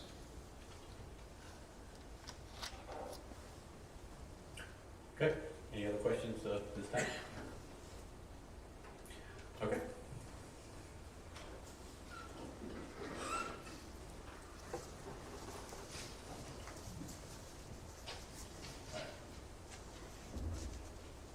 So, now, just to give you sort of an overview, we're gonna get into the testimony and evidence directly related to the 4 criteria set out in our ordinance for the special use permit. We're gonna start out, and a lot of this is gonna be done by Nathan Craig, who's here with you.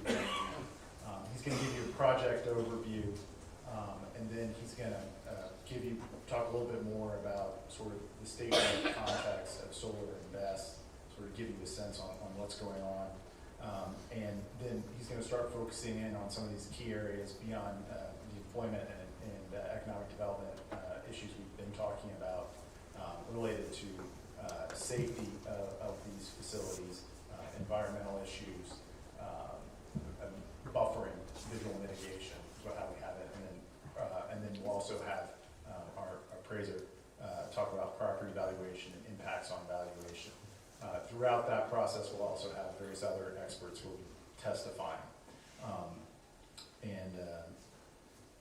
Again, we're going to focus on the key issues that were discussed at the planning board, and after we complete that evidence, I'd like to come back, address you briefly, and then ultimately what I'd like to do is give you a closing argument after all the testimony is heard. So with that, I'll hand it over to Dave.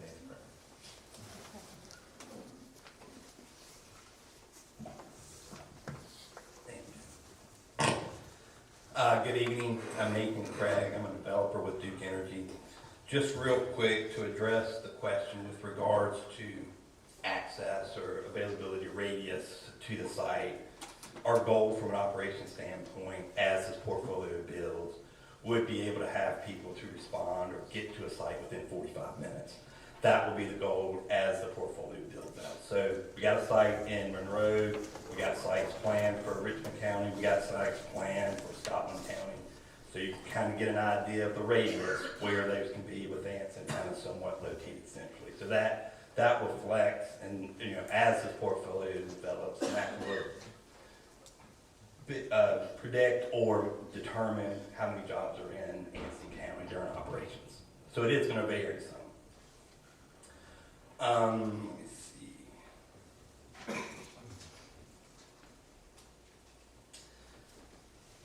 So I'm going to be providing an overview of the project, and then I'm going to provide some discussion on panel safety, and we'll go into a little bit more in depth on battery safety.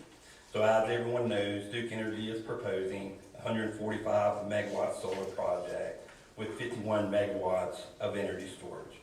The project will be constructed, owned, operated, and decommissioned by Duke Energy. Couple of notes on the project site. So, as you can see in the image, the yellow outlined area is the parcel boundary. Duke Energy has an option to purchase kind of the red magenta color parcel or portion of that parcel for this project. A couple of things to note is on the northern section, there's a few neighbors that abut the project. There's some neighbors that are located directly across Pleasant Grove Church Road. But as you move to the eastern edge of the project and the southern edge of the project, those projects will not abut those residents. Those residents that are on the eastern and southern edge will have the same neighbor as they have today that they'll have if the project is constructed.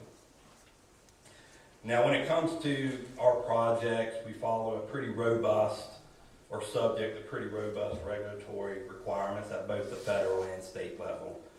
We do commission third-party reports by experts, which you've already heard one, and you'll hear a couple more tonight. And we do follow all the local ordinances and permit requirements. Now, as you already have heard, a typical construction schedule is 12 to 18 months. For a project this size, that can extend out to 24 months. What we would like to do is bring this project online by the end of 2030. So that means we would start the construction process in 2029, early 2029, mid 2029 to bring it online to meet that schedule.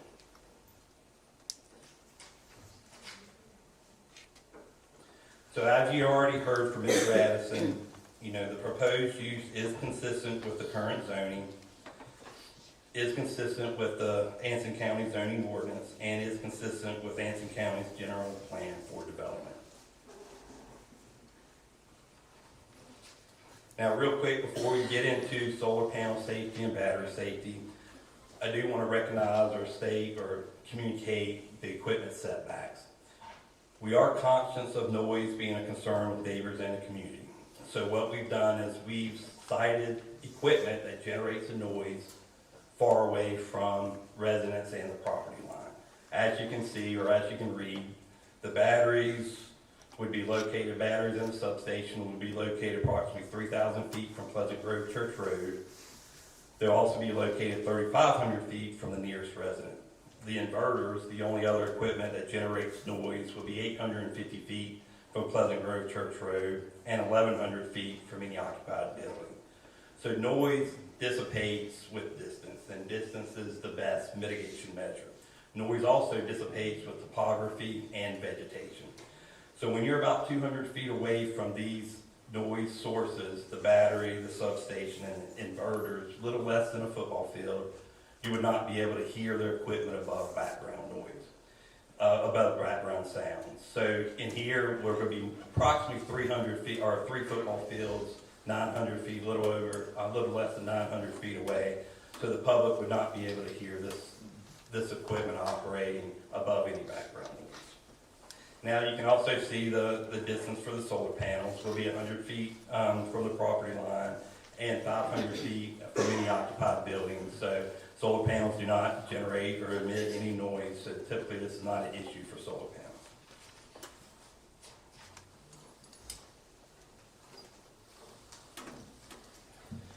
Now, safe, reliable energy, that's really what Duke Energy is looking to do.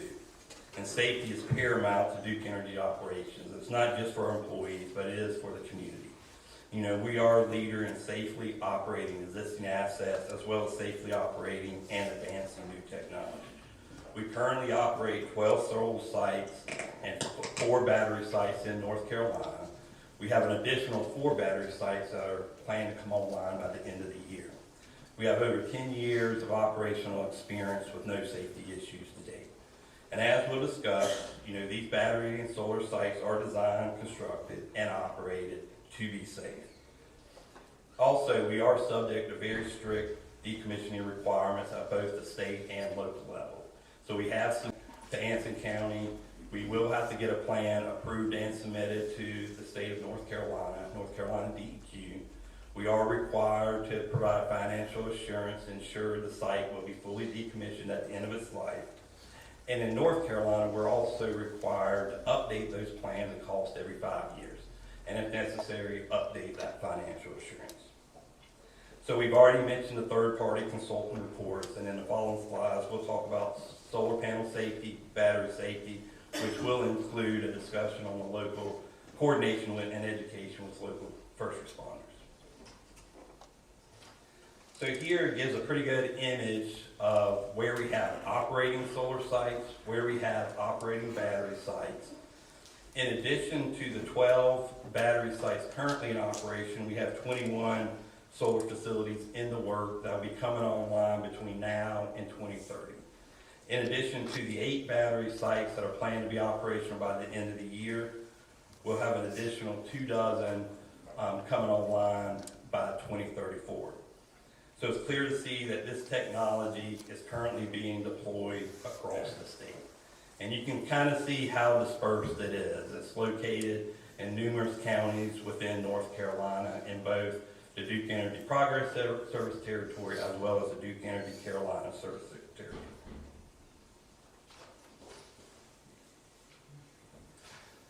So now we're going to address some of the key questions and issues that come up during our discussions with the community and at the planning board. And first we'll talk about solar panel safety, and I'd like to invite Tommy Cleveland up.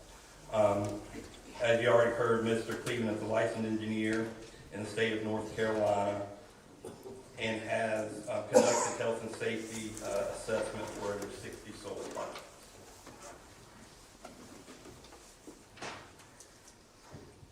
Thank you. Good evening, board. And I believe I have some information in the booklet under tab 8, I believe,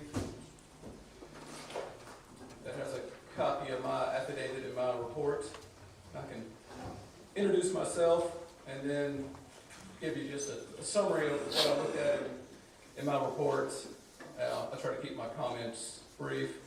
But by background, I'm an engineer with a graduate engineering degree from North Carolina State University. And after graduating, where I focused on solar, I've had a 20-year career working in solar, 12 years at NC State, and then over 8 years now at an engineering consulting firm where I inspect solar and battery farms for the utility. And I'm here tonight as a private consultant on the topic of solar and battery health and safety, which is something I've done for about the last 12 years.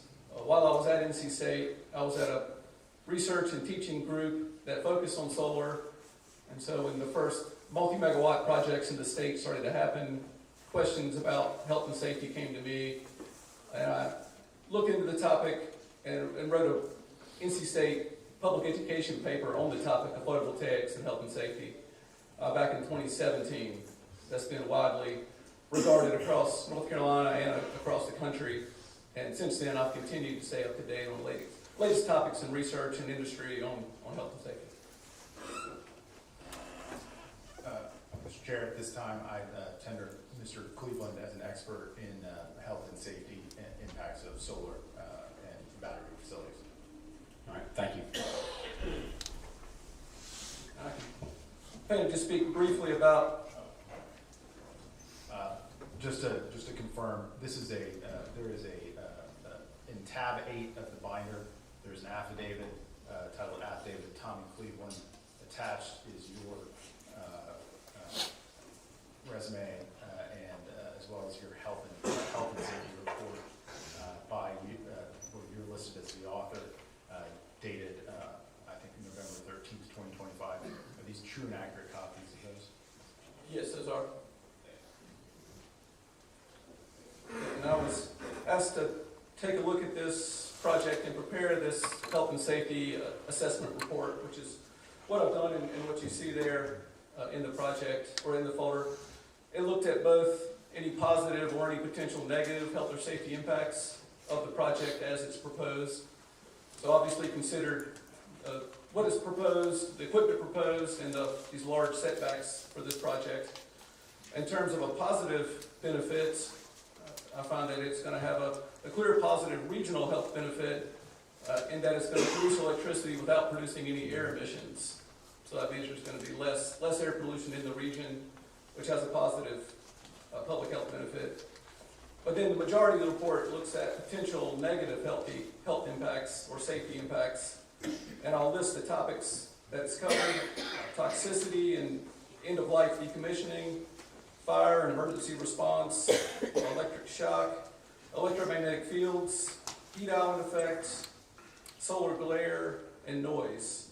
And on each of these topics, I'll go into great detail in the report, looking at the latest science and engineering on those topics, academic and industry studies, and assess what's proposed here and make a determination of if there is any chance for a public health or safety impact.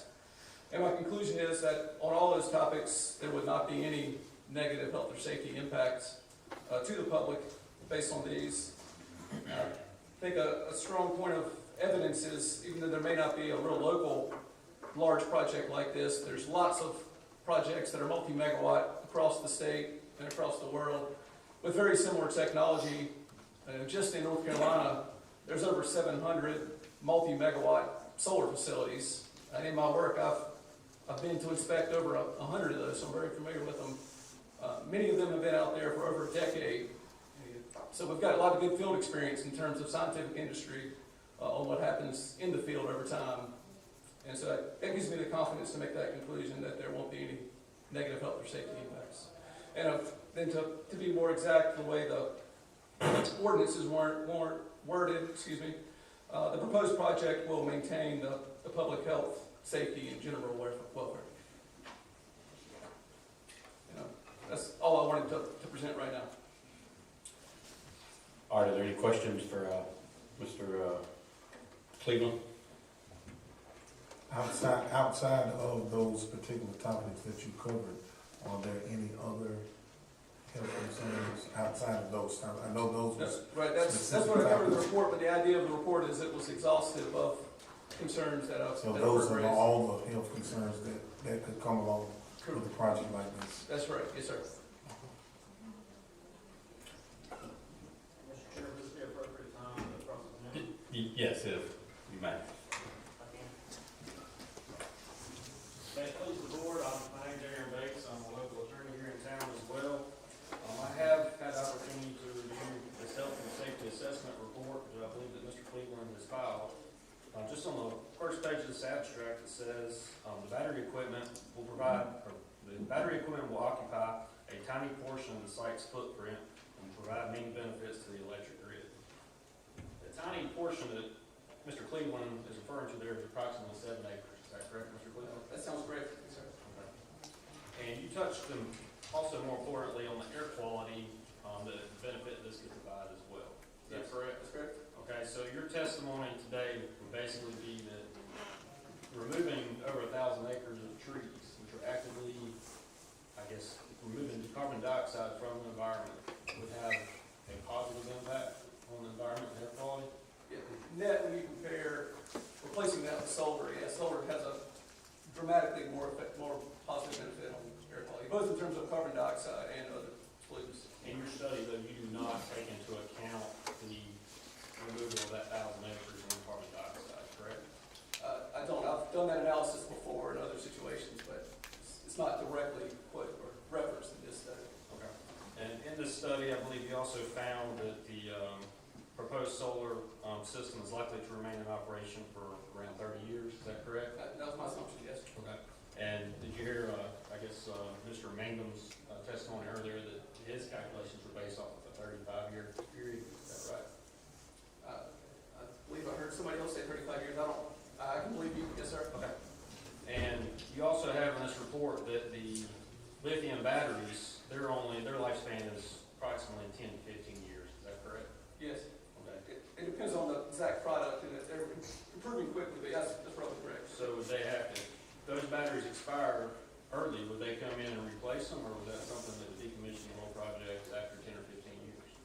They would be replacing, somebody else with the project could say more explicitly about this project. Often they will overbuild slightly the amount of batteries, so as their capacity degrades slightly over time, it'll still have the minimum stated capacity.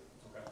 And you also addressed the toxicity concerns with the BESS system in your report, is that correct? I did. Okay, and specifically the BESS is subject to the thermal runaway, correct? Yes.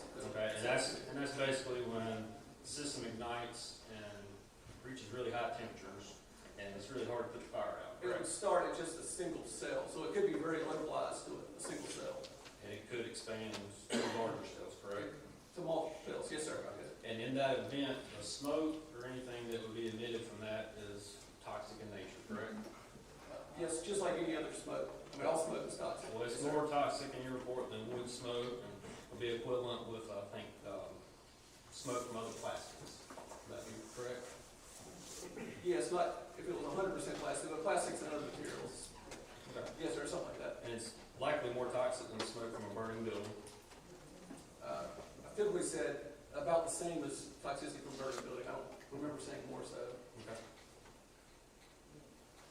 Right here in your report it says, which is more toxic than wood smoke and likely more toxic than smoke from a burning building. Okay. Would that be accurate? Yes, sir. And also, these batteries contain heavy metals, correct? The lithium-ion batteries? Not the ones that were made. Yeah, correct. Now, the lithium is not, it depends on the technology. There's another expert that's more versed in battery chemistry who can probably better answer that question. In your report, though, you have in here that some lithium-ion batteries do include some toxic heavy metals such as cobalt, nickel, and manganese, correct? Yes, some do, but that's not the technology. They're going to use lithium iron phosphate for this project, Okay. which does not include those elements. But they're still highly combustible, correct? What is The lithium iron phosphate batteries. marginally combustible. And the next expert can speak a lot about that. Thank you for the question. Yes, sir. Are there any other questions from the board at this time? Okay. Thank you. Thank you. Well, we'll go ahead and get into the battery safety here. You know, really when it comes, everyone here tonight is probably carrying a battery or has carried a battery. You know, they probably have used equipment operated by batteries, and they probably have charged batteries. They're in our cell phones, laptops, cordless power tools, forklifts, golf carts, vehicles, both electric vehicles and the lead acid batteries in conventional cars. So when it comes to battery safety at a utility scale storage system, there's really a multi-layered approach that's followed. One, it starts with the chemistry, the materials of the batteries. You want something that's stable, that's not highly combustible or not highly ignitable. Then you put that in a containment design that has safety features and that's been tested by a third party. And then you apply 24/7 monitoring to every single component of that battery so that Duke Energy and first responder technicians and the control room can intervene to proactively address any issue before anything escalates. Now that allows safe operation of the battery system. Now you do emergency preparedness so first responders understand what's at the site and understand how they should respond to certain situations. That's how the public is protected. Now we'll go into each one of these layers in the next couple of slides. But prior to this, it is important to point out that events that I'm sure you're going to hear about tonight that have occurred at sites that were not designed and constructed prior to these layers being implemented, and they were not all subject to the codes and standards and testing that this system is subject to here. So a comparison to those sites or events at those sites to this site just really isn't a valid comparison. So now we'll talk about the battery chemistry. When we're talking about the battery chemistry, we're really talking about the materials that the battery is made of. I'm not going to get into the inner workings of a battery, but the materials that the battery is made of have a large, very large effect on how the battery behaves. You know, again, there's several types of batteries out there. There's lead acid batteries, there's several different types of batteries in your cell phones, as well as in your laptops. But when you look at utility scale battery storage, lithium iron phosphate, which is the design plan for this project, is a choice for superior safety and longer life. Lithium iron phosphate batteries are less prone to thermal runaway. Iron and phosphate are not combustible. In fact, some of these batteries during the third-party testing have been very hard to even ignite to conduct the third-party testing. So they're not flammable, they're not ignitable, they do not self-ignite. So lithium iron phosphate batteries in themselves are inherently safe.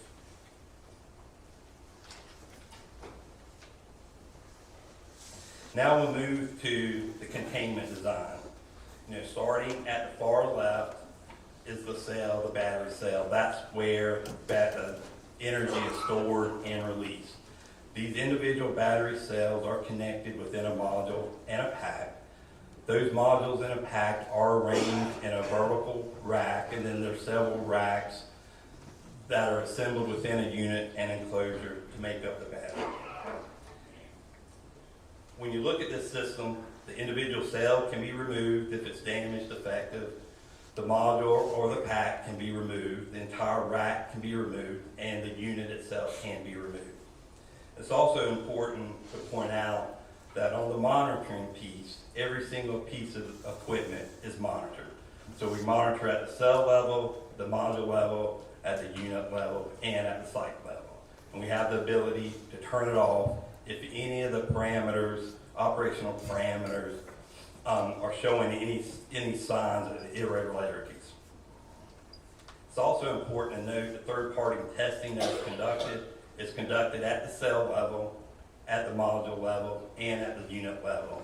And that testing at the unit level is conducted to ensure any type of event within the unit is not going to spread to another unit. And that really is what sets the design of the site and the system. So a couple of safety features. Every battery rack is located behind the fire-rated door, and that provides access. These battery systems, a lot of them also have panels on top that release the pressure. So if pressure builds within the containment system, those panels can be activated, they can be opened, and they can relieve any pressure that could exist.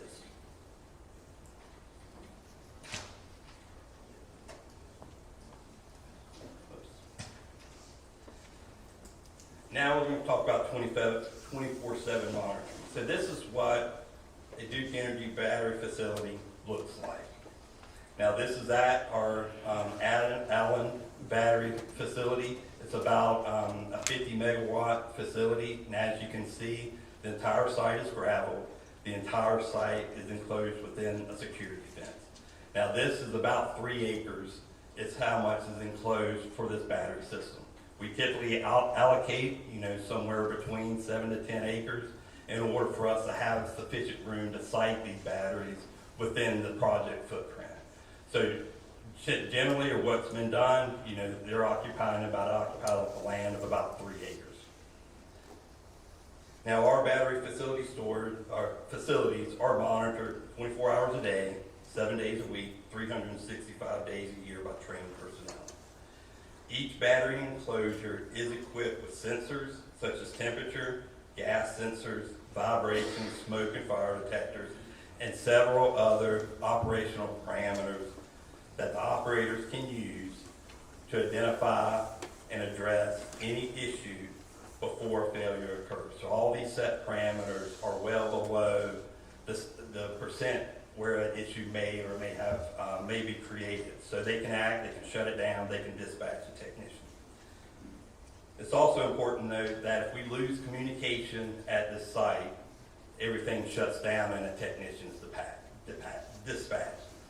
So we do not operate these sites if we don't have control of the site. So as soon as we lose communication, the entire site is shut down. Now you also see that the site is equipped with audible and visual alarms.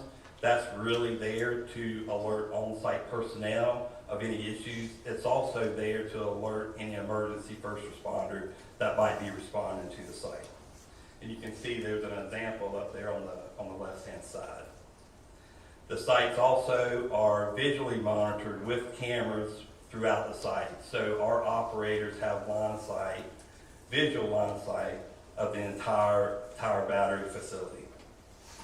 Now this is really done so they can detect trespassers, they can detect anything or any issues with the battery. They can also, detect or identify if someone's having a medical emergency, and they can guide first responders in to address or attend to that medical emergency. Also, all the battery sites have a first responder station outside the fence. This is a designated safety and emergency response area to assist firefighters, EMS, and other emergency personnel to respond to understand and have site-specific information, to know who to contact in the event that they are, responding to an emergency, and to understand what those alarms are and those PPE typically within those first responder stations. Now, Duke does develop emergency action plans for all their facilities. And this is something that we've already done for our Blewett hydros, where we've developed an emergency action plan that's implemented prior to these batteries coming on site. When the batteries do come on site, we have a meeting and a tour with the local fire department, and then we have annual workshops going through the emergency action plan and documenting any issue, documenting how to respond to emergency at the site. Now, when we're looking at by monitoring the equipment and sensors and operation characteristics, 365 days a year, the site can be safely operated, and we can take proactive intervention to take steps to make sure any type of incident or event does not escalate. Now, we still conduct emergency preparedness with first responders.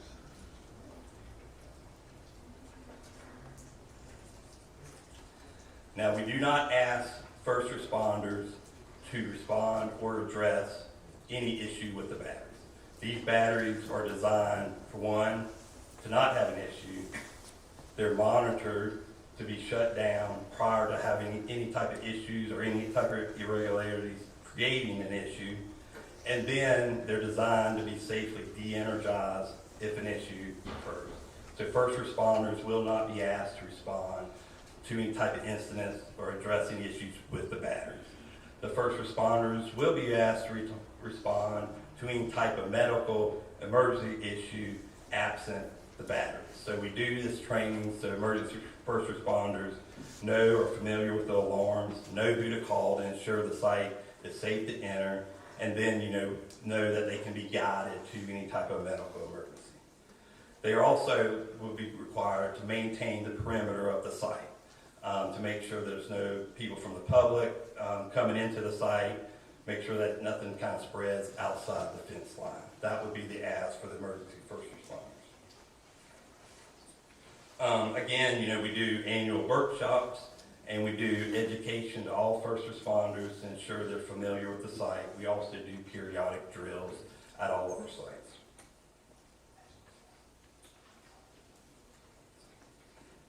And one other thing to note, we've already discussed a lot of the battery facilities that we are planning, that are in operation or planning to be operation. At least 7 of those sites, the primary responder would be from a volunteer fire department. So these batteries are being installed and are working and in operations, with fire departments similar to Anson County. They are being installed within communities similar to Anson County. So now I'd like to invite Paul Hayes. Paul has over 30 years of experience in hazard mitigation and fire protection. He is a licensed professional engineer in the state of North Carolina, and I believe the current chair of NFPA 855. Thank you, Nathan. Sorry. Thank you, Mr. Chair, committee members. Thank you for the opportunity to speak. My affidavit is tab 11.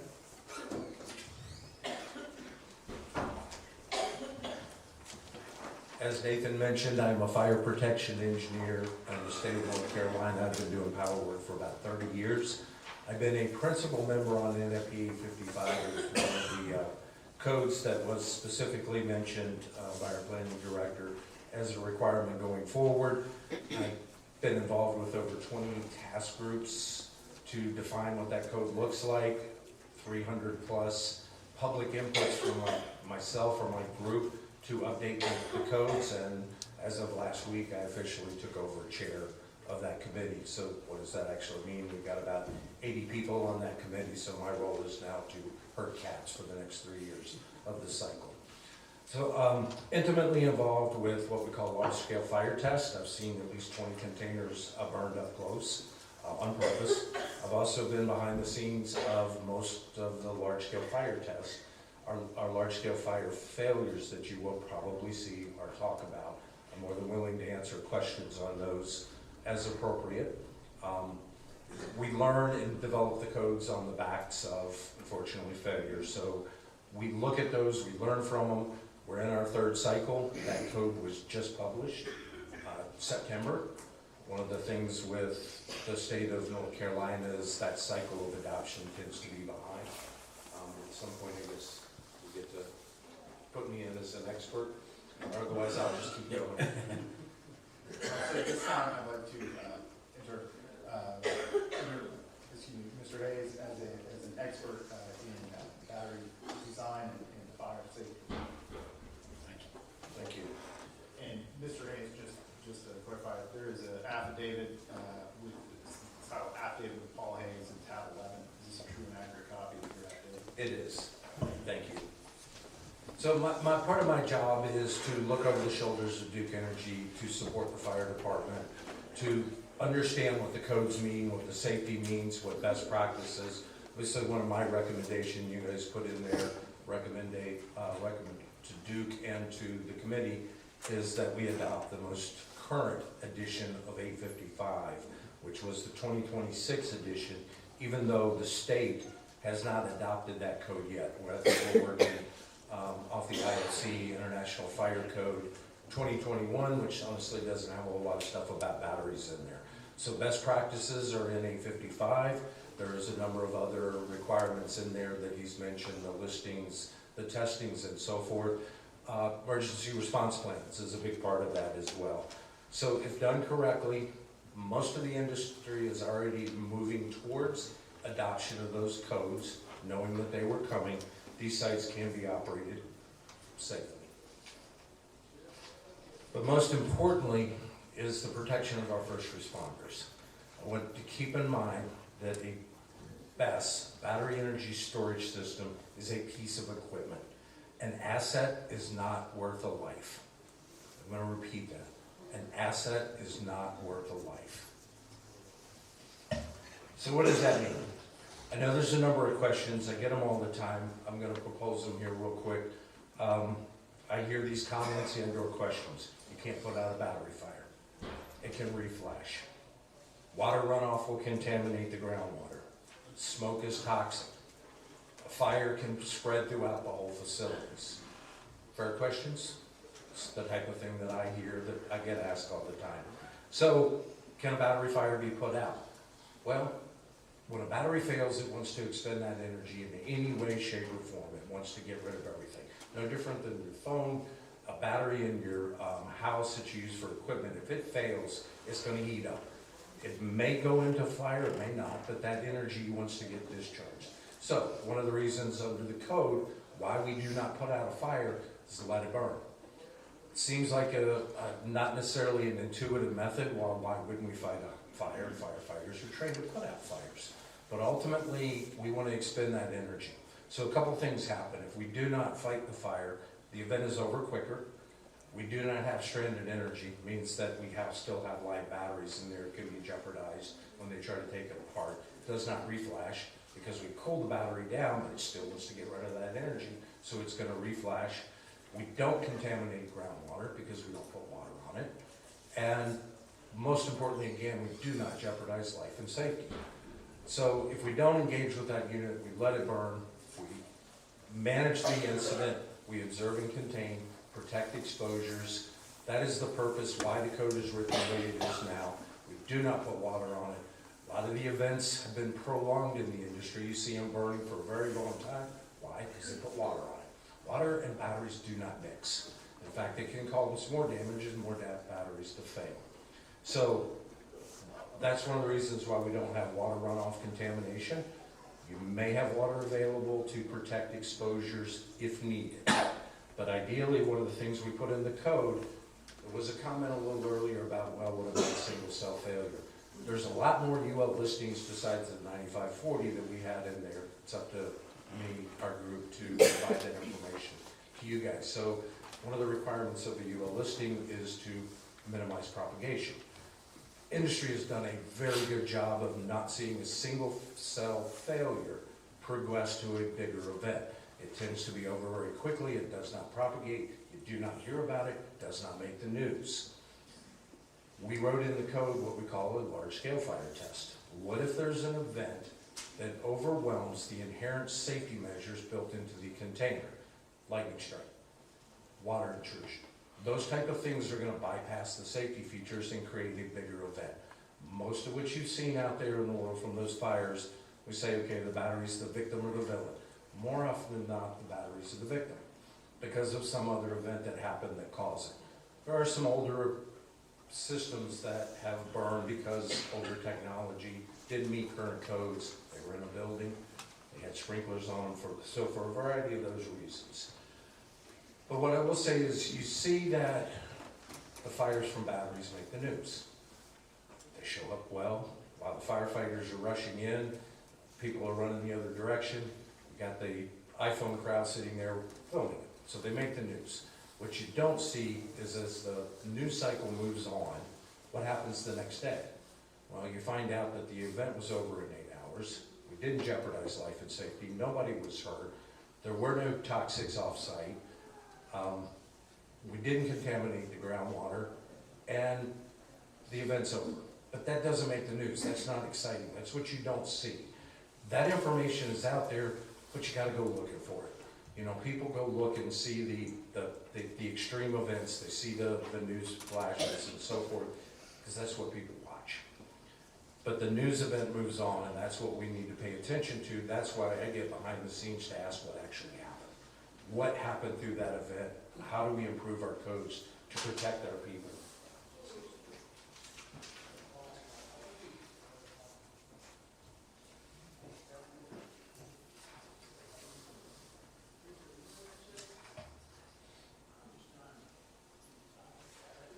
So we've got a lot of real world incidences, and most of them have been monitored. So we've got good data from what happens in those. And to date, we have not seen any toxics above actionable levels off the site of any of the real world events. We also do this large scale testing, as we talked about. We monitor those contaminants to understand what they look like. A battery fire tends to be very hot, very contained, and as such, it tends to burn off the contaminants very quickly. Those contaminants also react with metals. There's a lot of metals built into these containers. So we don't really see contaminants at distance, but all smoke is toxic. It does present very similar to what you would see in a house fire. Warehouses, office buildings, I mean, there's some, you don't know what people's got in your garages. There's some stuff that comes out, couches tend to put off a lot of toxic. So anything that creates smoke in that environment is going to have toxics in it. What we also look at though is a battery container maybe weighs 10,000 pounds. It's going to burn about 30% because it's a lot of metal. And what comes off of it, as you mentioned earlier, is the plastics burning. It's not so much the batteries, it's the plastics that create that. But a house fire is 30,000 or 300,000 pounds of material that's probably going to burn up about 90%. So the amount of product that gets into the atmosphere is significantly greater from a house fire. So again, why do we do the water? Why do we let it burn, observe and contain? The events are over quicker, no reflash, no stranded energy, no water runoff, and no jeopardizing life and safety. So that large scale test, what do? We take it and we purposefully ignite that container.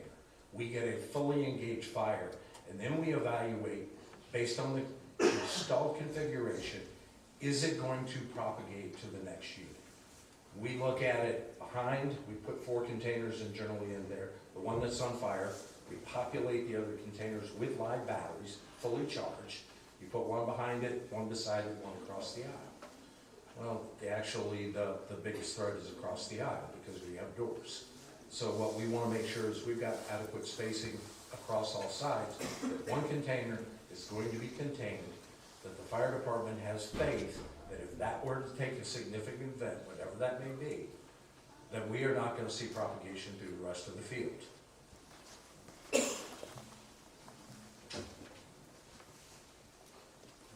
So back to the 4 questions again, 5 questions. We have written this code on the back of failures. We observe and contain. We do not put them out. We make sure that they do not reflash. We do not have contaminated water. But they do, as you said, burn hot. So what is a firefighter to do with this situation? How are they to respond? So they're trained. They want to go in and fight a fire. It's natural for them. First responder incident commanders need to manage the incident. They need to step back and set up an exclusion zone somewhere around 300 feet. We call that a clean zone, that they set up their incident command. They monitor the perimeter with a 4-point analyzer. It's not an expensive piece of equipment, maybe a couple $1,000, that they can look at the contaminants coming off that site. They use the thermal imaging, camera, drone, again, not an expensive piece of equipment, but we can see the whole field and where the hot spots are. It can also be used for solar. So thermal imaging, and then what do they need to wear? Your typical PPE is fine for protecting against any exposures that may happen from the battery, because we all understand that things happen. We talked about maybe you've got a man down. So they do have to enter the facility in order to protect that life and pull them out. That's not something that typically happens, but we allow the incident commander to make those decisions based on situational awareness of things that can happen in the field. We will train and work with the fire department. I know you've got a strong volunteer contingent. We mentioned that the training is appropriate. We come out annually. We do tabletop drills. I've got a number of ex-firefighters that have dealt with batteries, that have dealt with battery fires. One of the events that happened very early on that kind of set the bellwether event was we had 4 firefighters hurt. The gentleman that oversaw those 4 firefighters now works for us, so we bring him in and utilize that. Those guys are back to work. There was some damage to them, but that incident set some of the standards from 2019 to where we are in the codes right now. So we will be glad to work with them. Again, I encourage you to adopt the most current codes, and we'll work with you. The requirements are we do a fire risk assessment, we do a FMEA with failure modes and effects analysis, what can go wrong. We tie that all together, what we call a hazard mitigation analysis, which includes a first responder station, something that communicates. But that HMA is there to define what we're going to do if an event happens. That is part of 855, that is part of the codes that we will work with the county here and the county fire department to make sure all of those things are vetted. So with that, again, be careful. I can go on for hours on safety if you want. Ask any questions that you would like. All right, at this time, is there any questions of the board?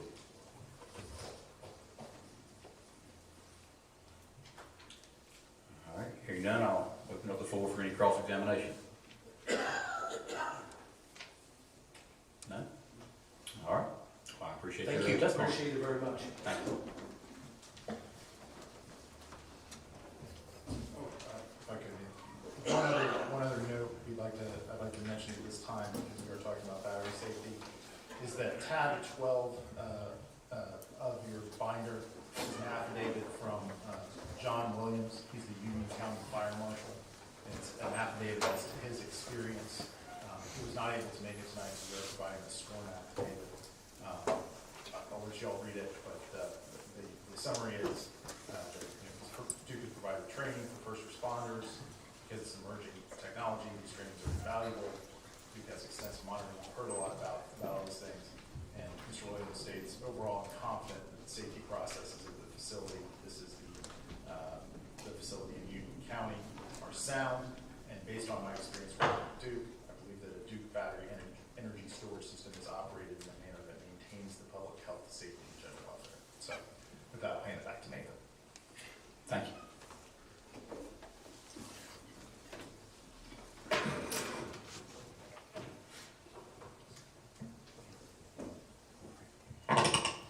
So now we'll move to environmental oversight. So first we'll address the question with regards to wetlands. How we design our sites is we design them to avoid any impacts to wetlands. Now we actually impose a voluntary 50-foot setback from any wetlands or environmental sensitive area. Now there would be a chance or a possibility that we would have to cross a wetland with an access road, or we would have to bore under a wetland to connect the electrical components to connect the solar facility. So those are where the potential impacts to a wetland would be. Now, we are subject, and before we do any impacts to a wetland, before we can enter into a wetland, before we can go under a wetland or a stream, we have to get approval from the Corps of Engineers. As part of that process, the Corps will have to get approval from North Carolina DEQ to certify what the Corps is going to permit and verify is acceptable to North Carolina and will protect North Carolina water resources. Also, as part of that process, the Corps has to get approval and concurrence from Fish and Wildlife that there's not going to be any impacts to threatened and endangered species. So that's all part of that wetland permitting process. Now, also, before we put a shovel in the ground, we have to get a stormwater permit from the state. We also have to have an approved erosion and sediment control plan. That's really there to ensure that we have sufficient measures, best management practices, retention basins, silt fence to protect waterways, wetlands, any environmental sensitive areas prior to us starting construction. Then we already mentioned the Anson County flood zone. We would avoid putting anything in the flood zone. If we did, we would get the necessary approvals from Anson County. Now, when it comes to flooding, we do hydraulical assessment of the site, especially on the batteries, and that will tell us if we need to take any different measures than our current specs. Do we need to set the panels higher? Do we need to build up a pad for the site or the footprint for the battery system? So we do that to avoid flooding impacting in the areas of the site. Now, it's important to note that we're legally required to get these permits. We're legally required to follow these permits. So if we do something without a permit, if we're not following a permit, if we have a discharge, the state agencies will come out and give us a notice of violation and take necessary action. That could include, civil fines or work stoppage. So some of the best practices that we follow, we do have a construction stormwater planning manual that regulates wetlands, streams, and ponds. This really sets our standard up of how we would do our erosion sediment control plan. We do incorporate industry best practices, and then we do our emergency action plan during construction will address site events or storm events.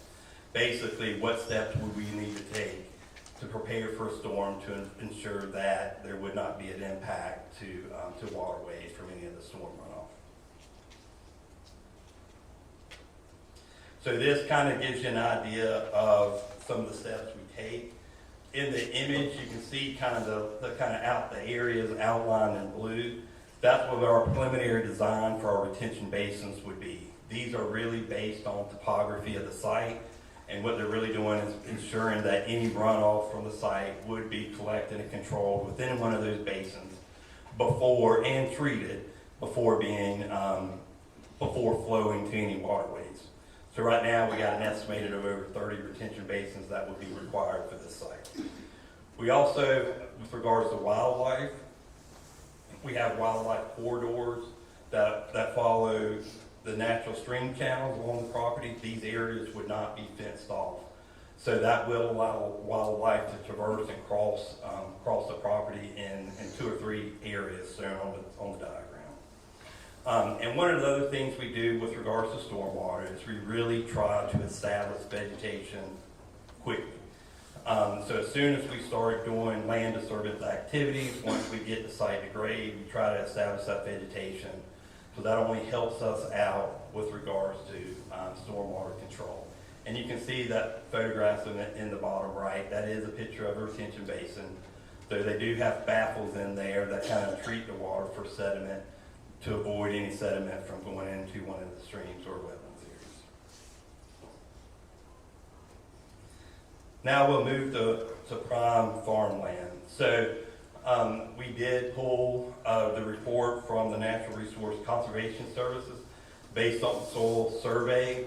The area, the project area has very little prime farmland. The only prime farmland is really the area that runs along Pleasant Grove Church Road, and then there's a small area in the northern section of the site. Most of that prime farmland would be occupied by the vegetative buffer. So we would not have a significant impact to prime farmland during construction or during operation of the site. And now the vegetative buffers, the ordinance does require us to have vegetative buffers in place. As Mr. Addison already alluded to, our plan is to use existing vegetation where it's sufficient to provide a visual barrier from the public. And for this site, most of the perimeter has existing vegetation that we would look to maintain.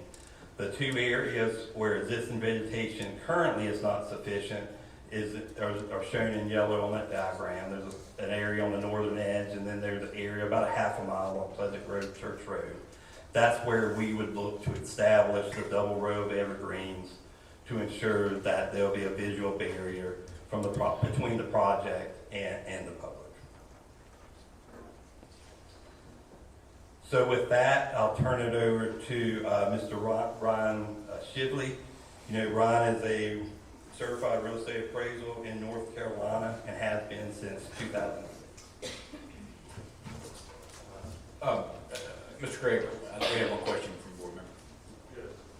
You were talking about agricultural land, go back to the slide. They're right there, not from farmland, agricultural, correct? Correct, cropland, as identified by the county soil survey. Okay. Agriculture is the #1 industry in Nancy County. The second is forestry. This is all forest land that has been worked on Nancy County citizens for years and years and years.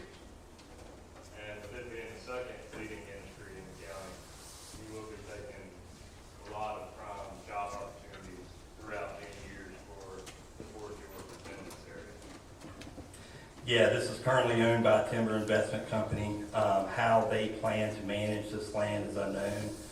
We would expect them to clear cut it at some point, and they would be clear cutting it before the project starts if it was approved. And then no more forestry activity after that, of course, is what I would say, as far as the job opportunities for any forestry in that area. Yeah, and, one thing is we're not taking the entire parcel. So there will still be forestry activities to the east and site, to the east and to the site of the current parcel. That will still continue as it is managed today. So 1,000 acres would be taken as that. Yeah, well, roughly, the fenced-in area will be about 700, would be what will be taken.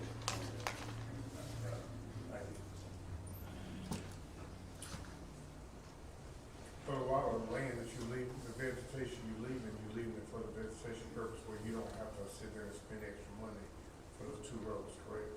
Well, it's for 2 purposes. It is existing, so it does provide an immediate visual barrier.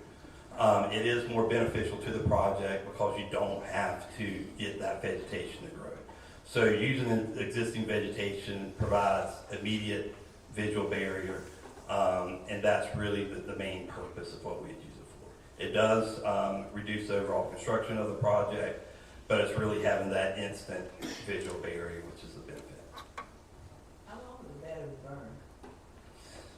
I'll turn that back over to Paul. He can address that question. But it is important to note that, the way these systems are designed and tested, that really, if there's an issue with one cell in one unit, it's not going to propagate. So it's really designed and tested, and the materials are to limit what actually would burn and would ignite. So typically, as we said, a single cell doesn't really impact the whole unit. They typically die out the way their things are constructed. So the purpose of why we do the large scale test, how long is it going to burn, does it impact the containers around it? I've seen some of the large scale tests as short as an hour and a half, all the way up to about 8 hours. Typically, the peak heat is somewhere in the 4 to 5 hour range, and then it's burned out to mostly cinders within about 8 hours.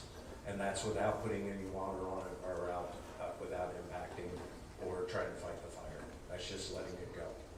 You see the smoke going, taking about over R&B or in the, Well, I'm sorry. the smoke affecting about with COPD or R&B?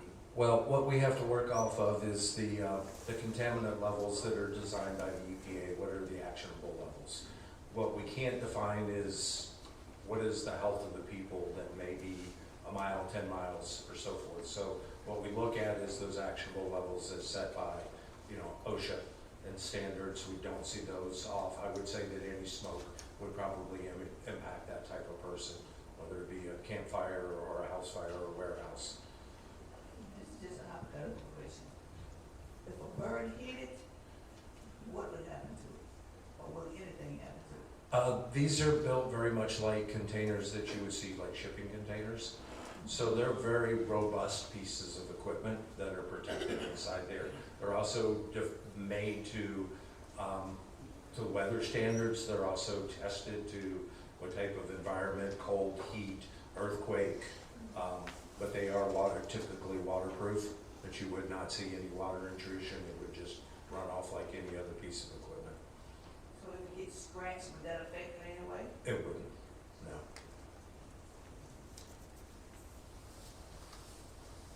So I think this is just a statement, a fair statement to say that you just stated that a fire could go from an hour and a half to 8 hours, correct? Correct. So that means the volunteer fire department's going to sit down there from an hour and a half to 8 hours until actually the fire goes out.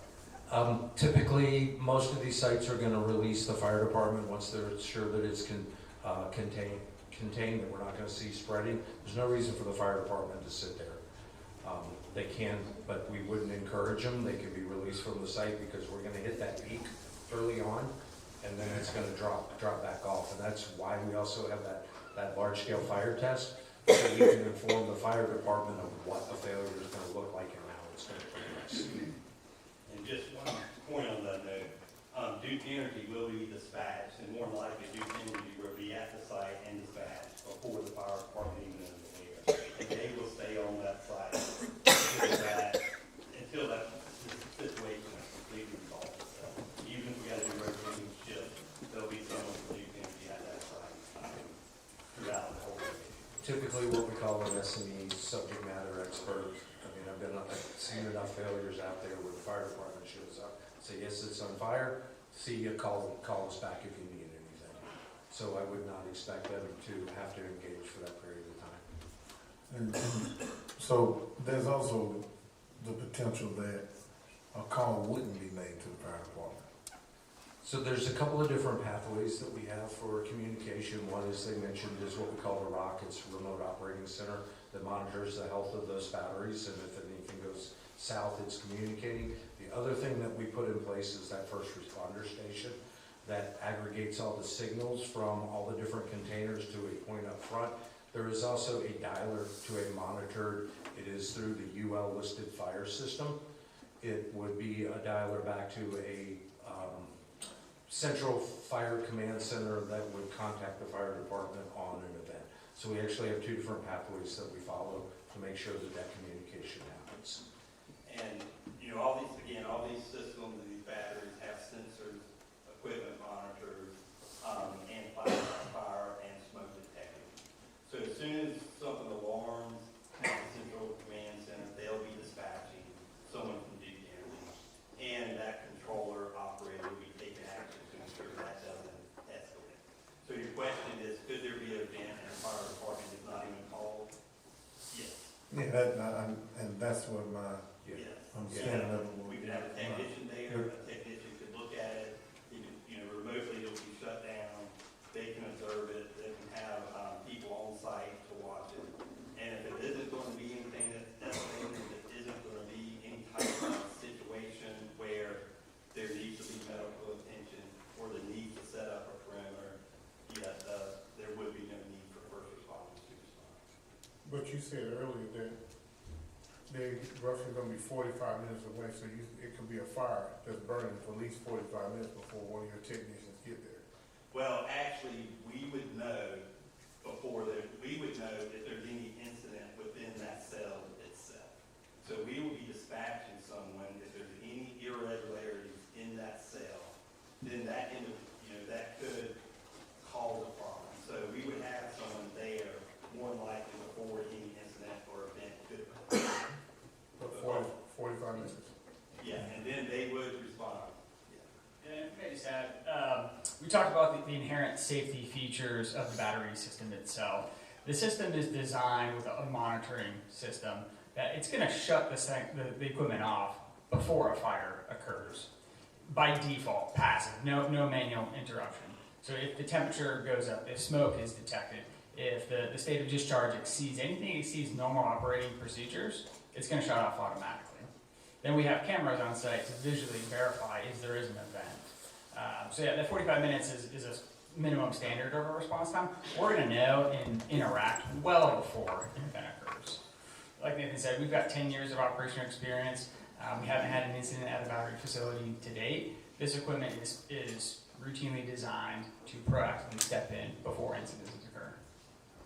Potentially, could that be a failure?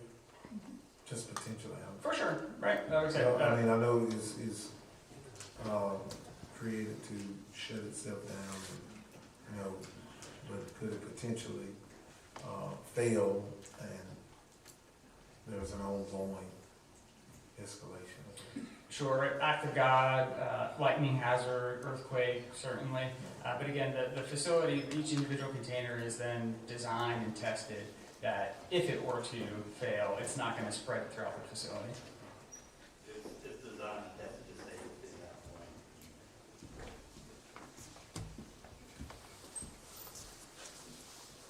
Any other questions at this time? All right.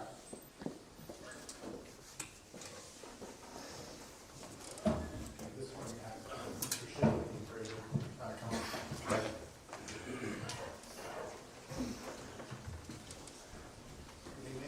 Good evening.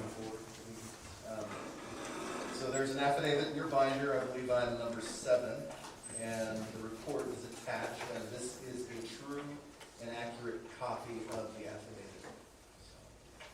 My name is Ryan Shively. I'm with Sutton Shively Appraisals. I'm a state certified general appraiser.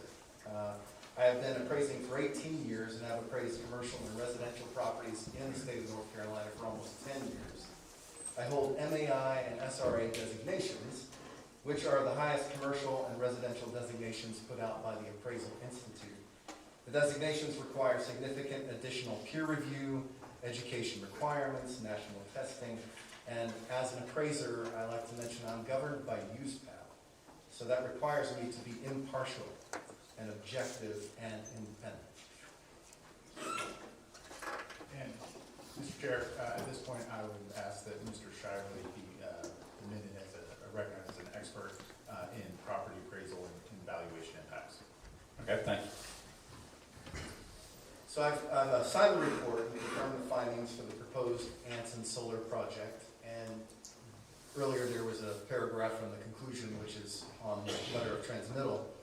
The impact analysis relies upon accepted appraisal methodologies as well as upon interviews and research studies which are referenced in the report. The report offers strong support and compatibility between homes and solar farms where there are appropriate setbacks and landscaping screening, which this project more than provides. I'm basing this conclusion on my own personal findings and my own analysis. So I've been doing impact analysis on a wide range of different things, such as highways near residential properties, railroads, waste management facilities, rock quarries, churches, in this case, solar projects. So what Mr. Kirkland has been doing for well over a decade, and what we as appraisers do, is what's called an impact analysis, which is done through either paired sales analysis or sale resale. The paired sales analysis, we look at a home that sold next door to a solar facility and one that didn't. They're similar in most all respects, and we isolate the external factor to see if there's an effect on value. The sale resale analysis is where you take the exact same home that sold at two different points in time, say before the solar farm was announced, and then years later when it's in development or it's there, and they apply an index, which is put out by FHFA Home Price Index, which goes all the way down to the local zip code. And after applying that ratio over time, you can get a very reliable indication of whether there was a positive or a negative or no impact on value. The proposed facility is within the range of the paired sales analyzed in the report, with similar distances to similar homes. And at the distances in the plan that is put forth for this project, and with the proposed vegetative buffering, it is my professional opinion that the solar farm proposed at the subject property will maintain and enhance the value of contiguous property, will be in harmony with the area in which it is located, and therefore will not impair the integrity or character of the surrounding or adjoining districts. And that is what I have prepared if you have any questions, now or later. Okay, is there any questions from the board? Just going back to it.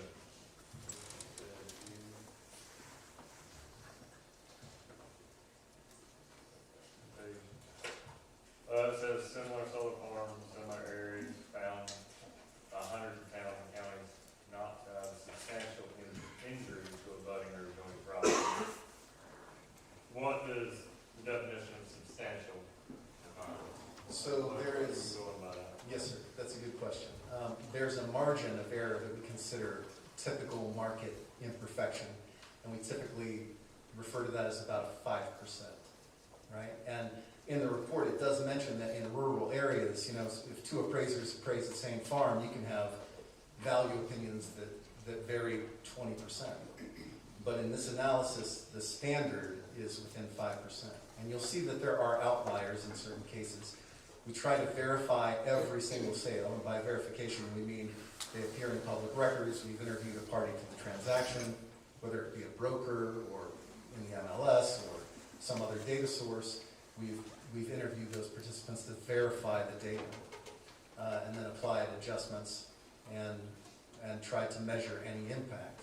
And you can see in the summary, there's a summary on page 5, there were 48 matched pairs analyses and 3 sale-resale analyses. This is page 5 and 6. And you can see that the range of impacts in the sale-resale were from 0 to 13 positive, right, on impact. That there was a median of positive 5%, which means that the sale-resale value change over time was 5% plus over what the index would indicate should have happened without the solar farm. The data's here, so any questions, I'm happy to, if you want to delve into any one of the particular.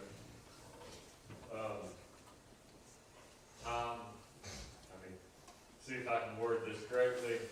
Time on market comparatively to other homes that aren't around a solar farm. Does that understand what I'm saying? So how does it take them longer to sell this home, to find somebody to pay that price compared to a home that is not right beside it?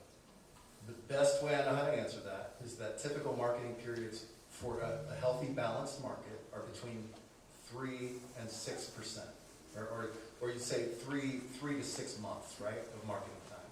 So when we give a value opinion or when we take a piece of market data, we're saying this is a typical arm's length transaction. It's been exposed to the market for a typical amount of time. In recent years, we've seen that very much contracted. You know, you'll see an average marketing time of 30, 60 days. Even in this market, I know earlier there was an assessor here who said there's been explosive increase in assessed values. Now, those are two different things, but that is based on ad valorem general analysis that has microdata in it, and we're using the microdata, right?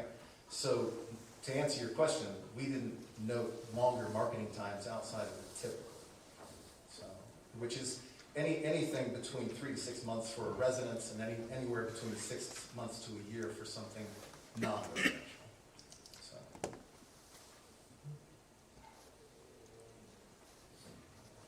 I know you looked at multiple solar farms, multiple home prices across, I guess, the state.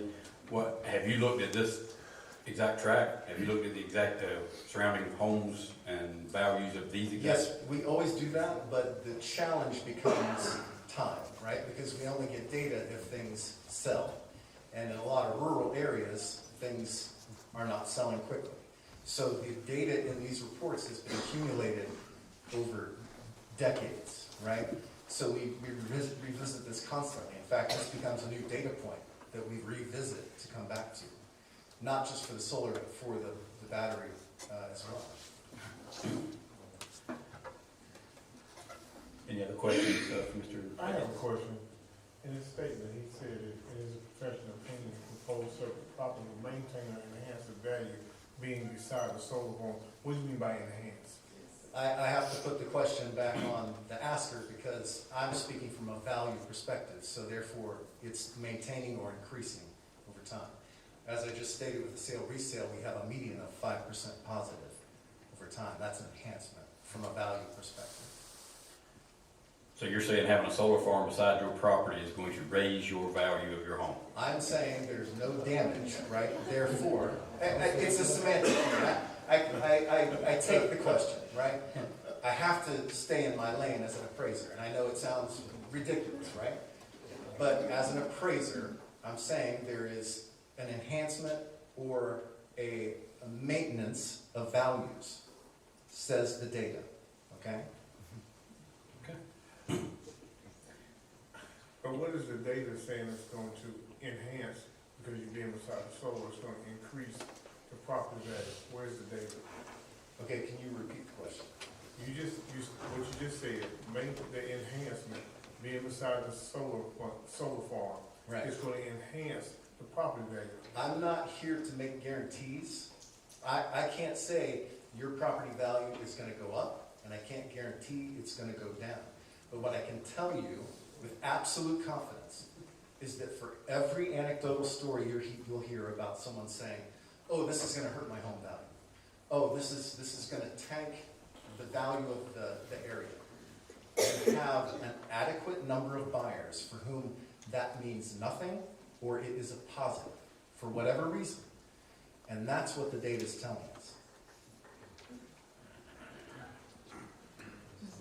But wouldn't that mean that would be the situation as far as the consumer that wants to buy? Because if there's someone else that does not want to be beside the solar farm, they're not going to buy, no matter how expensive it is or how cheap it is. On what are you basing that? I'm asking. I'm saying the report, everything's documented. We've been doing this for years. And we don't just overlook data that may go against whatever we're searching for, right? We're going out, we're finding lot sales, we're going and finding SFR sales, we're even looking at things like churches, anything that can be impacted. And we're trying to measure from the market, right? So we're taking emotion out of it, we're saying what are typical buyers and sellers doing? And sellers who are not panic selling, who have both informed parties, who allow the property to be exposed for an adequate amount of time, are showing that there's no negative impact on value, that quite the opposite. Over time, things are in fact increasing, even in excess of what the index says it should. That's the best way I know how to say it. It just basically, according to the data, properties are still selling, and I mean, Right. and there's no negative impact. No negative impact. Right. I can't stand here as a valuation expert and make assurances that, it's You're not just going by the data that you. Yes, sir. I would not stand before you if I found substantial and overwhelming evidence like I have in this report to the opposite of what I'm saying. I mean, anything that's counteracting what I'm saying. I would invite anyone to present data that's verified, right, like we have, and we would discuss it. That's what we do. So with the data you keep talking about, Yes, ma'am. what's the amount of acreage? Is it 30, 10, 7, 9? Yes. In the report, there are summaries of the data that's been analyzed, and those range anywhere from 40 acres up to thousands of acres. And the megawatts, anywhere from 5 megawatts up to 175, 200. And this is just a sliver of what this team has done over the last decade, because they've covered several states. So there are hundreds, if not thousands, of data points, and this is a slice of it, and it's all saying the same thing. So, What's the large amount of acreage that you have had to put your data with? Like, here, they wanted 3,400, but they cut it back. So what's the large amount that you, well, my understanding is that that was cut back I know that's as a what I result said. of the community. That's what I said. Yeah, so it does, something like that is outside of evaluation. Yeah, and in fact, you'll see, we're not here to give a valued opinion, right? We're consulting, we're saying we don't see an impact. There's a distinction there. We don't see an impact. Have you ever made a presentation where there wasn't an impact? Well, we've included data in the report where there is an impact. Page 5, which is the summary, once again, the matched pairs show a range of impacts from negative 10% to positive 12%. And that negative 10% is an isolated incident. And there is a margin of error, right? There's market imperfection. So we don't know all the circumstances at all times for all sales. Sometimes we can't get through to, say, a buyer or a seller. So we take a broker's opinion, which brokers are not always privy to all the inner workings of buyer and seller, right? If a seller has to sell quickly, they may accept the first offer that comes along. You're going to have an impact that shows in the data. But those are isolated, those are outliers. Thank you. You're welcome. Mr. Weber, no, you had a question? Oh, yeah, I was gonna say, I think you can probably agree with this, I suppose, which is different than what you're saying.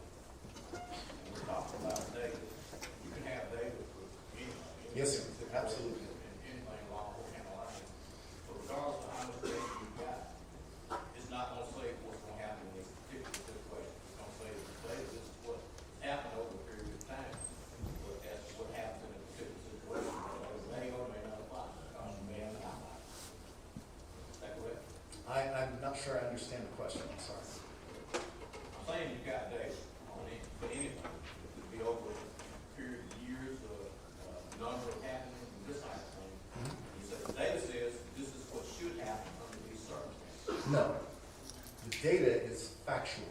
It's not saying what should happen.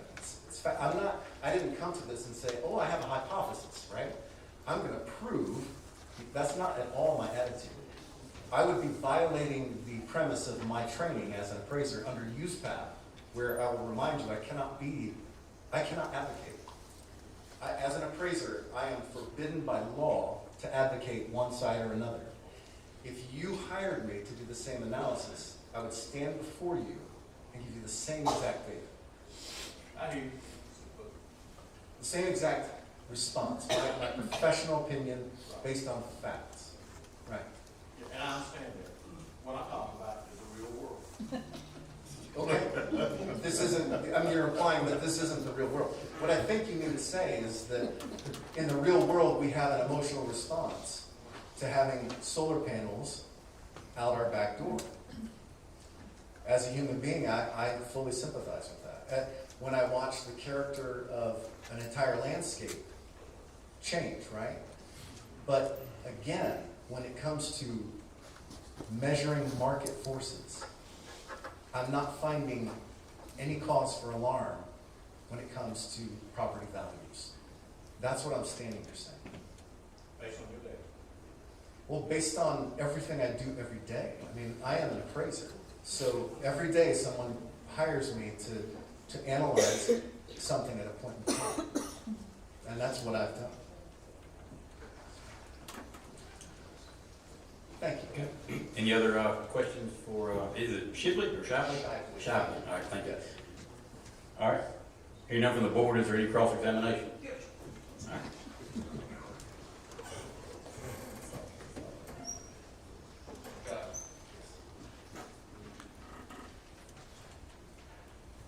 When you, well, first of all, this report, did you prepare this report?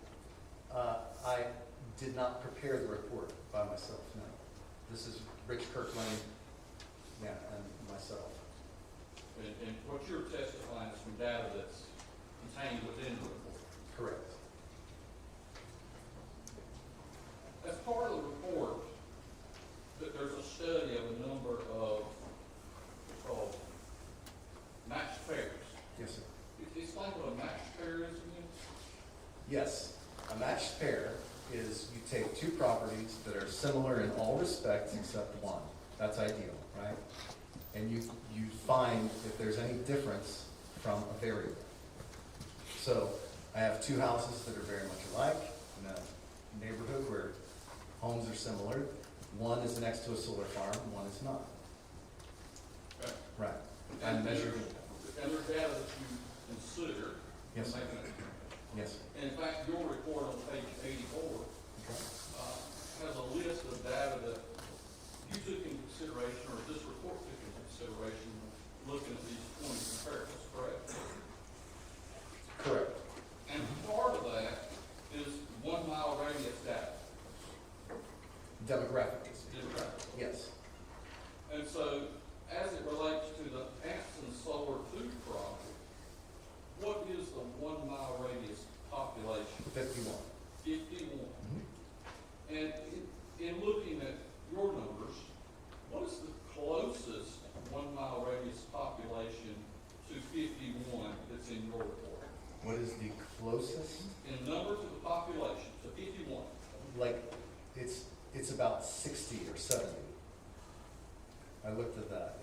it doesn't bracket the little, are you talking on this? There are several summaries. It's on page 84 here. Okay, on page 84. So the 1 mile population is the lowest. 1 mile population is 312 in this summary. So the closest consideration in your list of comparables to Anson County, where Anson County has a 51 population of 1 mile from the Within a property, mile. is 312. Mhm. That's a substantial difference, correct? Then, relatively speaking, that is, I would not say that's substantial, because we do a 1 and a 3 and a 5 mile. And within a 5 mile radius is what would carry more weight. 312 households within a 1 mile radius will be. Population, not households. Population. Population, Population. which could be 30 households. Okay. 312 people within a 1 mile radius is substantially more densely populated than 50 that you have to agree with. It's more densely populated. I wouldn't say substantially, that becomes semantic. What's the median income surrounding this project? 50,000? And what is the average on the median income that you compare? The average on the median income is 55,000.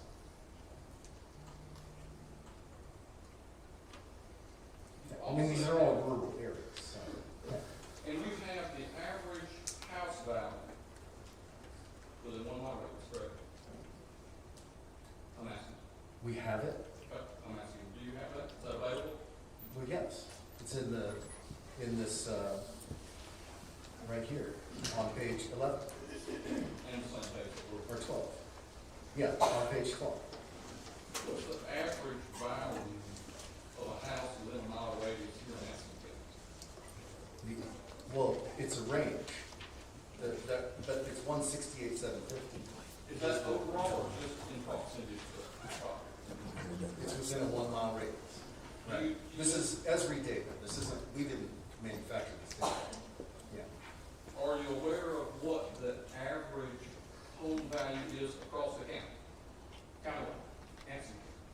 I would be guessing, I would say probably 175 to 225. And that would be without land. So 125 and 175. 175 to 225. The 220. Would it surprise you if it's 120? It would not. I would just ask, where is that coming from? What does it include?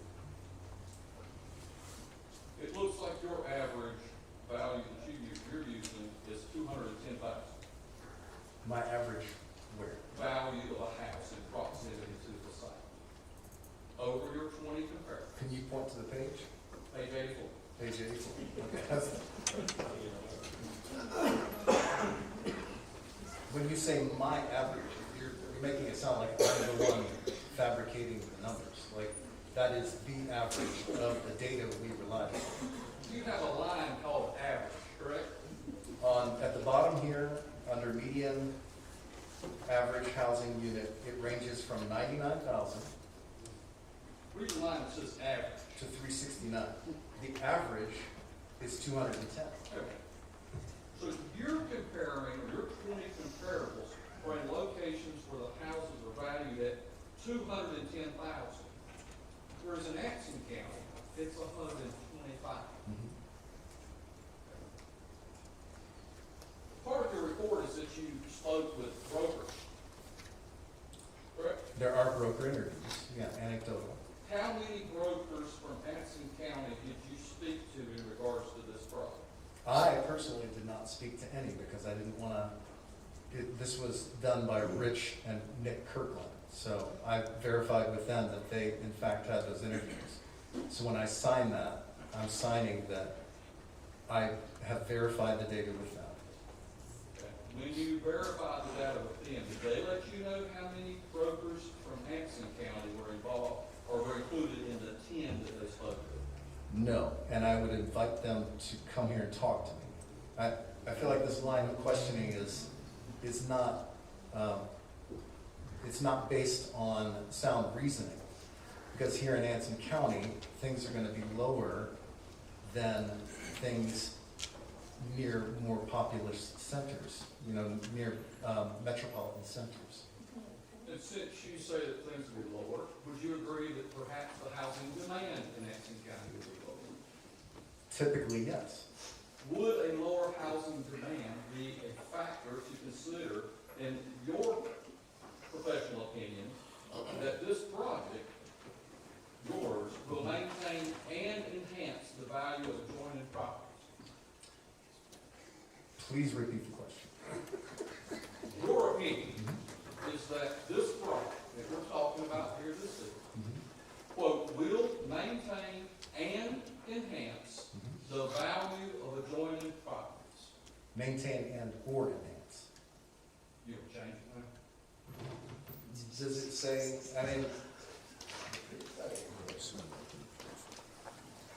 Well, let me ask you, what is your opinion? Is it that it will maintain? will not impair the integrity? I'm sorry. Yeah, it's, Stated his opinion. You've asked his opinion. Well, let's be clear on the opinion. Look, don't have to debate, right? What is your professional opinion, Mr. Evans, as far as it relates, this project, to the surrounding or adjacent contiguous properties in Exton County? This is your own opinion. well, I'm restating myself here. I'm saying there is no negative impact.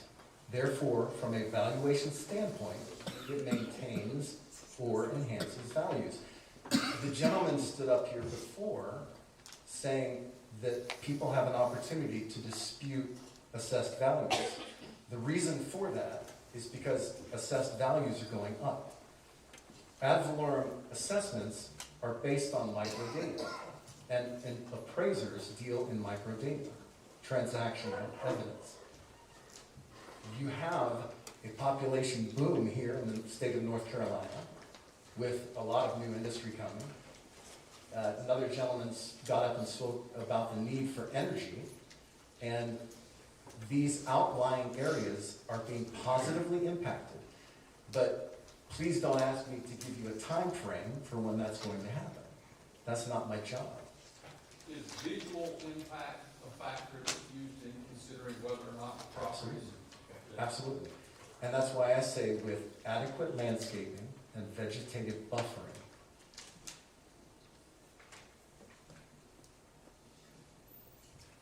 Is topography used in determining the value of the adjoining property? When it's a consideration, yes. Is it a consideration in this particular report? From a valuation standpoint, no, sir. Why not? Well, because you have level to gently sloping topography, you've got wooded buffers, therefore it's a non-issue. You'll see in some of the analyses, it says not applicable. That's because there are other external factors, such as high tension power lines, or maybe there's such a long distance that it becomes, the nearest house is 500 feet, and the nearest house to the battery is over half a mile away. What is the topography shift as it relates to the properties that adjoin this project? In terms of elevation, That's correct. I don't know that exact change in elevation. You're not aware of the change in elevation across this particular property? I am not a surveyor. I am analyzing the impact on value. I'm measuring buyers and sellers' response to value. Part of what you use in your comparables, or part of the data you're collecting and making your professional opinion, is the topographical shift. That is part of it at times. For instance, does it have a view? Is there an obstructed view? Is there an enhanced view? But that was not considered in this report. This is a solar farm, right? So there's adequate buffering. That is the limits of the view analysis on this project. I'm not giving a value opinion. I'm giving an opinion of impact. There's a big difference. Be clear. This is not a home in Malibu. Be clear. Your 20 comparables are as these comparable properties, how their value related to a nearby solar farm. Correct. And they all use topography. Within certain limits, vegetation. They're not measuring elevation change all over the perimeter of the site. That's just not something. They're measuring externalities, right? If a property is within a certain distance to a solar panel or a battery, that is the consideration. Now, if the elevation changed 200 feet over a small distance, that would be consideration. That's something we look at with highways. That's why we need walls sometimes in certain parts, because there is no elevation change. What will be considered a significant elevation change?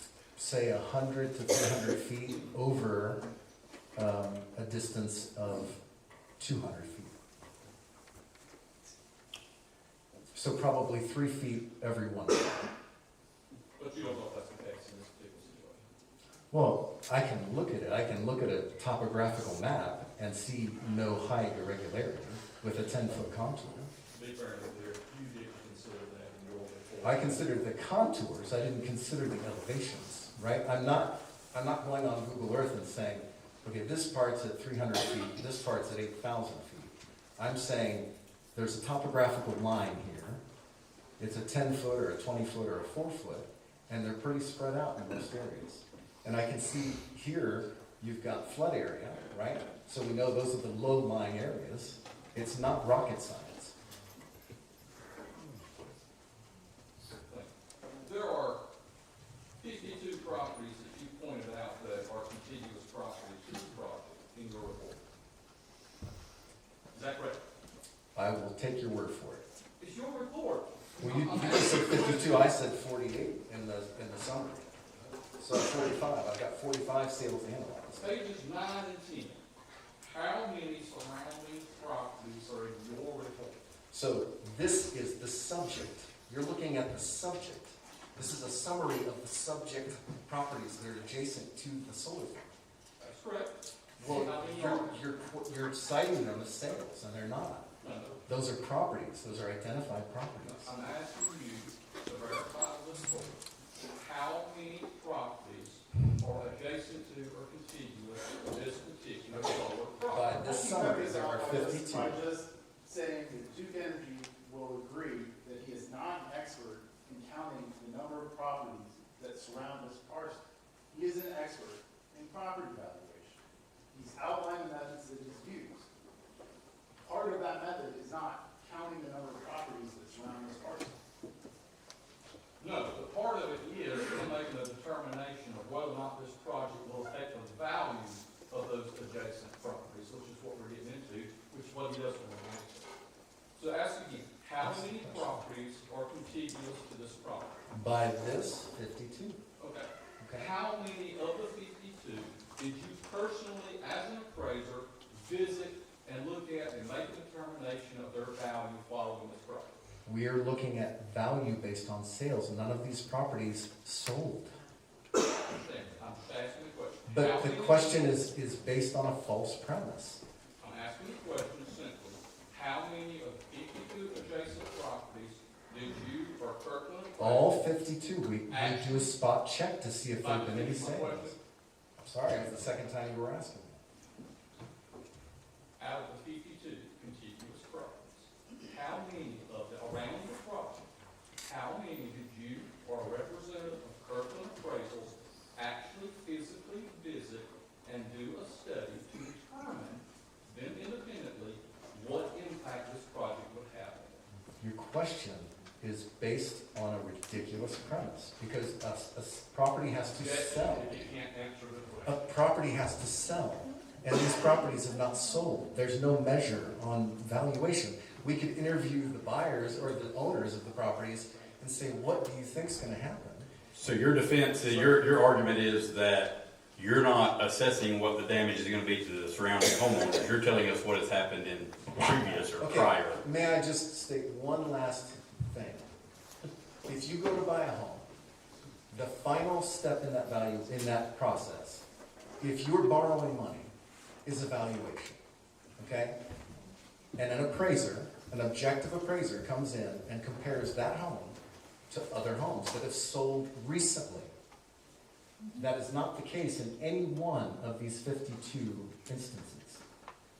In order to get a sale resale, I would have to have a sale of one of these 52 now and previously. That does not exist. And yet, I'm forced to stand here and be badgered by someone who has limited understanding of valuation methods. No, so you're a lawyer. I'm an appraiser. Listen, you wouldn't take someone's word for it. Oh, it's worth that. You would get data, you would get information. And yet, I'm being badgered because he's saying, I don't have information that doesn't exist. I don't understand how this is a reasonable line of question. When we get back to the 4 findings of fact, we have to verify that your project is not going to affect the 52 properties that surround this solar farm. You're asking me to give you a guarantee, right? Based on, I'm saying this data in this report is like the house next door, right? We've gone to the house next door. They're in the next county. They're in the next state. They're wherever there are sales of similar properties similarly impacted. And yet, this seems to mean nothing. There are 13 studies stated. There are 188 assessors from different principalities. 170 stated no impact. No impact. And yet, I'm badgered for being able to stand here and say, this is your house next door. This is the sales comparison process. It's paired sales. Sir, These are trusted. let me ask you a question. What? Maybe I'm not hearing the question. What's Got a 5-minute break. Yeah, Okay. 5-minute break. Objection. Let's finish the line of questioning, and then we'll consider Yeah. the break. I mean, How about do this? You come out with me. Don't touch me. Sir, please direct your comments to the board, to the chair. Please direct your comments to the chair. I asked the chair for a 5-minute break. I'm happy to have council stand there literally while I talk to them. All I'm asking for the break to do is that it is not typical to have this level of cross-examination in a special use permit hearing. Now, council can do whatever they want. I'm not criticizing the council's decision to treat this as a trial. If he wants to do that, we can do that all day. All I'm trying to do is inform the appraiser as to what's going on so that this can go more smoothly. I'm happy to do that with the county attorney there. I'm not trying to advise him, nor can I advise him. He's not my client. I'm just trying to help smooth this along. Because right now, we're clearly in a battle. Stop hearing the question. I just told the other side what you're asking. The question, No interruption. No interruption. No interruption. No interruption. Thank you. No interruption. The fact that the question won't be answered, I'll leave it there. Can I have it written? Maybe That's another question. The cross-examination has rested. I'll do redirect. Okay. Mr. Simon, I'm going to redirect you. Oh, sure. When you were talking about appraisal, do you individually appraise each property surrounding a property subject proposed to be developed when you do a valuation impact? That would yield no reliable data. There's nothing, you're just giving an opinion of value that has to be supported by other data, right? If I'm going and appraising the 52 properties around it, I'm giving my opinion based on other sales in the area. Those other sales are not near solar. I have to go to a development where there's solar. There has to be time that passes. You can't just make this stuff up. This is really hard to get verified data over time. Like I said, this solar farm becomes in and of itself a new data point that we revisit over years and measure. And I stand in front of another group, and I need to get better apparently at conveying the facts. I mean, Well, I know I. So when we, one of the other questions talked about, the property value in Anderson County, the number of people that live within a 1 mile radius. When you do a match pair analysis, does it matter how many people live within 1 mile to get a good comparison? It can. There's a range. We stay within a range. This is a rural area. We go to another rural area. The honorable lawyer attacked me because there were 300 people within a 1 mile radius. That's not a lot different than 50 people in a 1 mile radius. It sounds like a lot because they're both really low, but it's not that different. They're both rural, right? And perhaps in this report, it could benefit from other data where the 1 mile population is just as low. But I have a question. Yes, sir. Whenever you say that, when you comparing the data, wherever you compared your data from, the house range, property range is 225,000. The average here in Anson County is 120. So obviously there's two different comparisons. But there's no data, right? If you go that low, in most principalities, you're dealing with a very different property type, okay? Then you said, let me cut you off. Then you said the average income for Anson County is 55,000. He was asking me to guess, I wasn't stating a fact. I think also that was the point Commissioner Woodburn was trying to convey earlier, is that data is not applicable in all situations. And that's how it was translated into, the real world.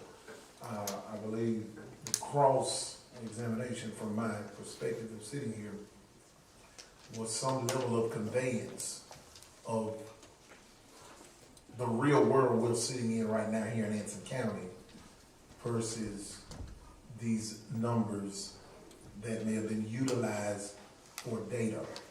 So a 1 mile radius of 312 as it pertains to people, the population, and 50, to me, in the way I process it, I don't analyze data for appraising property. However, my perspective of that is that's a big difference. Yeah. It's about 250 people difference to me, so. And my intention was not to offend people who've lived within the 1 mile radius. I mean, with all respect, this is a hard subject, right? There's a proposed solar farm in a largely rural area where there is an economy at stake, and lives at stake, and history, and I acknowledge that. And I'm simply here saying that if I found evidence that there was a negative impact, I wouldn't be standing here. You're providing us. I look for it. I look for it all the time. And the minute I find it, I'll stop showing up in these courtrooms. I promise you I will. In your report, I think there's 8 other solar facilities in Anson County. Are any of the properties referenced in this report that are adjoining or within the 1 mile radius? No. So they're your data. They're outside of because again, every time one of these happens, it's another part of a large system of information, and so it just takes time. We don't have anything right next door because. Can I ask this question? This is a compilation of data that was accrued over verified. Understood, but over a period of time, 10 years or more. Yes, sir. In fact, I think we have information from 2000.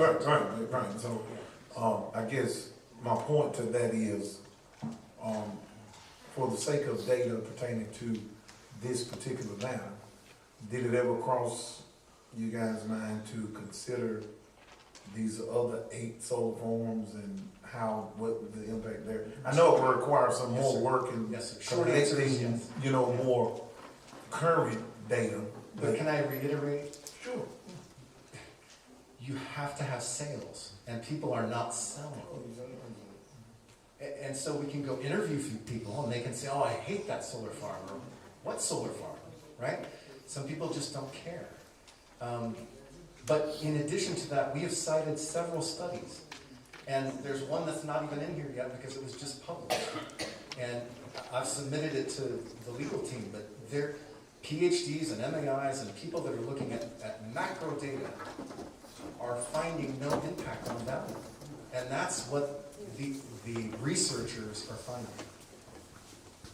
I just consider myself a researcher on a micro level. I'm not here to make declarations about what's going to happen with property values. I'm saying there's no evidence to the contrary.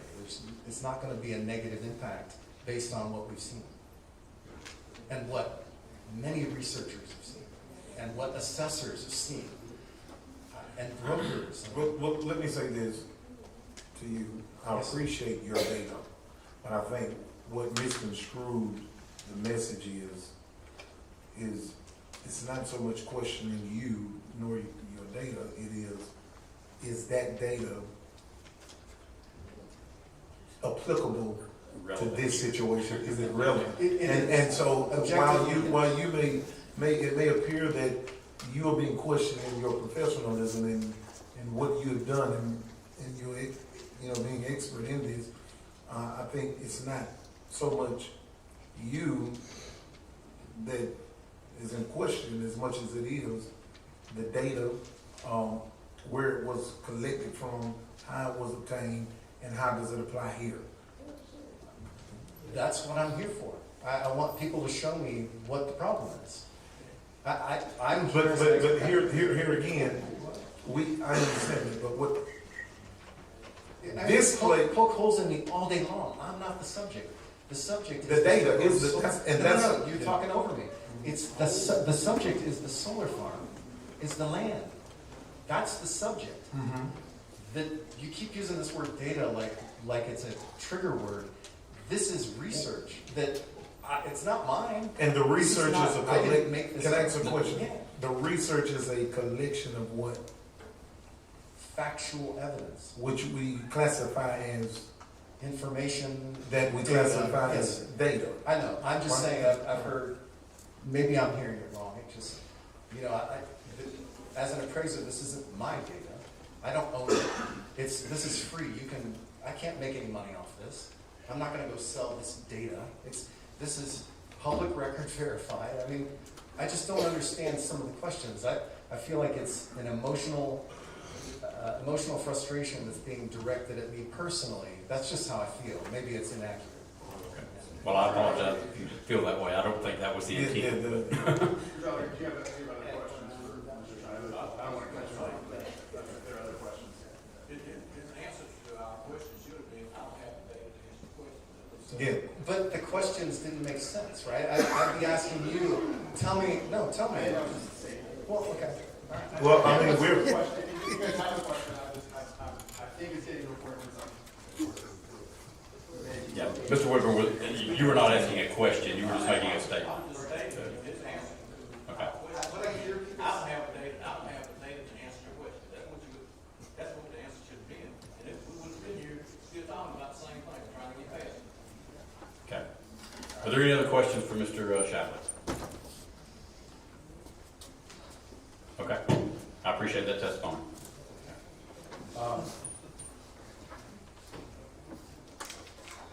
So with that, we have presented our case in chief. We would ask for the ability to prevent it or provide any rebuttal evidence and as well as a closing at the once all the other testimony is provided. Yes, you will get an opportunity to cross-examine the opposition. All right. Is it the board's pleasure at this time to take a 5-minute recess before we start with any opposition? Yes, sir. All right. So, Make a move or we take 5 minutes? yeah, I don't think we need a motion for that. We're just going to take a 5-minute recess.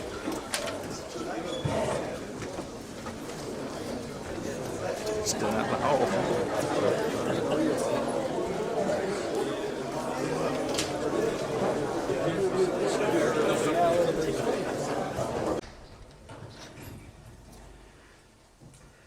Okay, at this time, I'm going to call on Duke's legal team, and we'll call it as one person.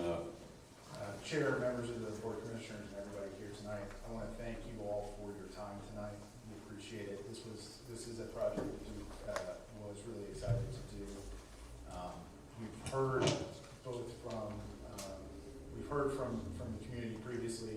We've taken to heart the comments, the questions the commissioners have at this point. And at this point, we frankly think that we need to relook at this again. So we're going to go ahead and pull our permit out of respect for everybody's time. We don't want to, knowing sort of that we had once we decided to do this, we didn't want to wait to tell everybody, just recognizing that it's already pretty late. So I apologize for keeping everybody tonight. We appreciate your time, and thank you very much for your consideration so far. We are going to hold this application at this point. Okay.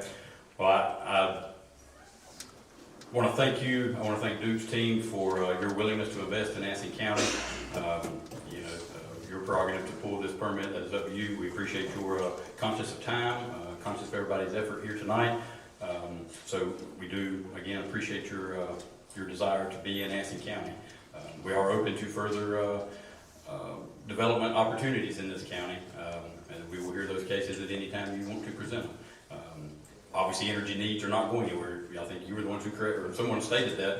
We all use more energy every day. So thank you again, and appreciate your concerns there. All right, so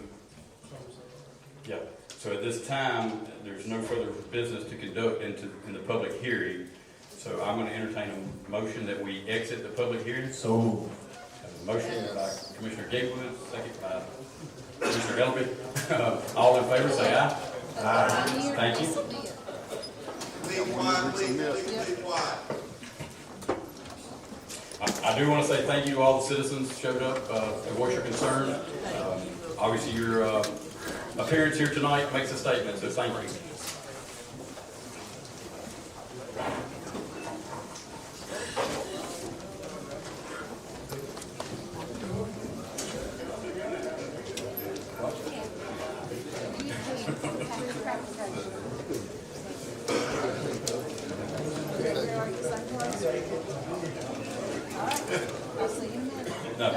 And I do want to warn the citizens, we still have a little bit more business to conduct as far as county business, nothing regarding the Duke Solar Facility.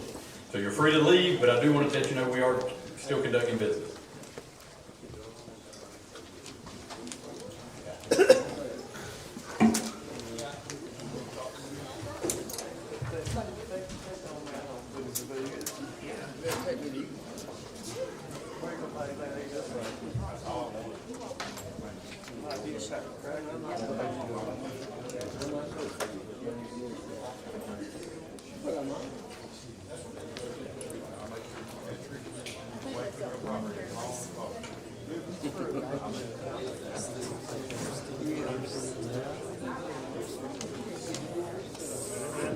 That's all right.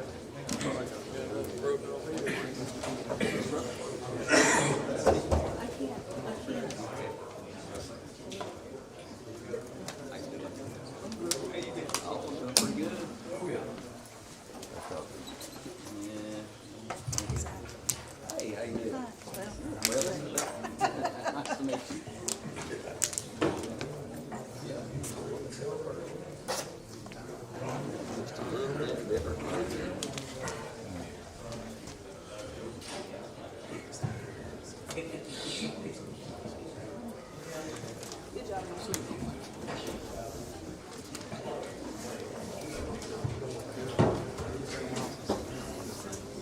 Been doing okay? So you heard me? Oh, yeah, nah, yeah. What you doing, you driving? I'm working in forestry now. Yeah, that's gonna be, I wasn't there for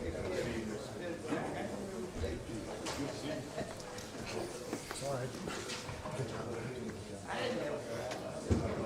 I still got, yeah. I do too. I drove for 2 years.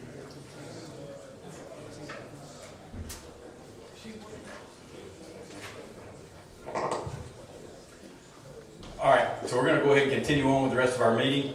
At this time, we would enter into our public addresses to the board. I just want to verify, we had one person sign up, and I don't see her. Is Laura Laney?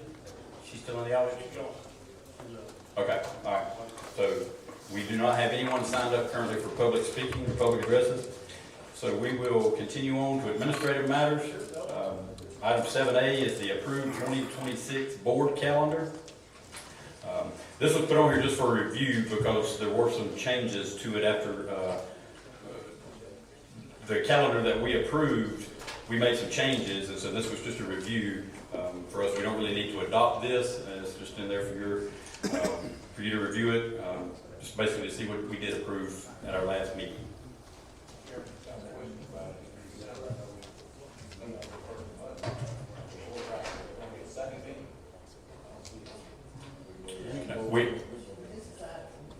We decided, I can't, were you at the meeting? I was gonna say, I thought you weren't there, so what we decided in December, because since we meet on the first Monday, which was the 7th, technically the second Tuesday would have been the 15th, which would have been the very next week.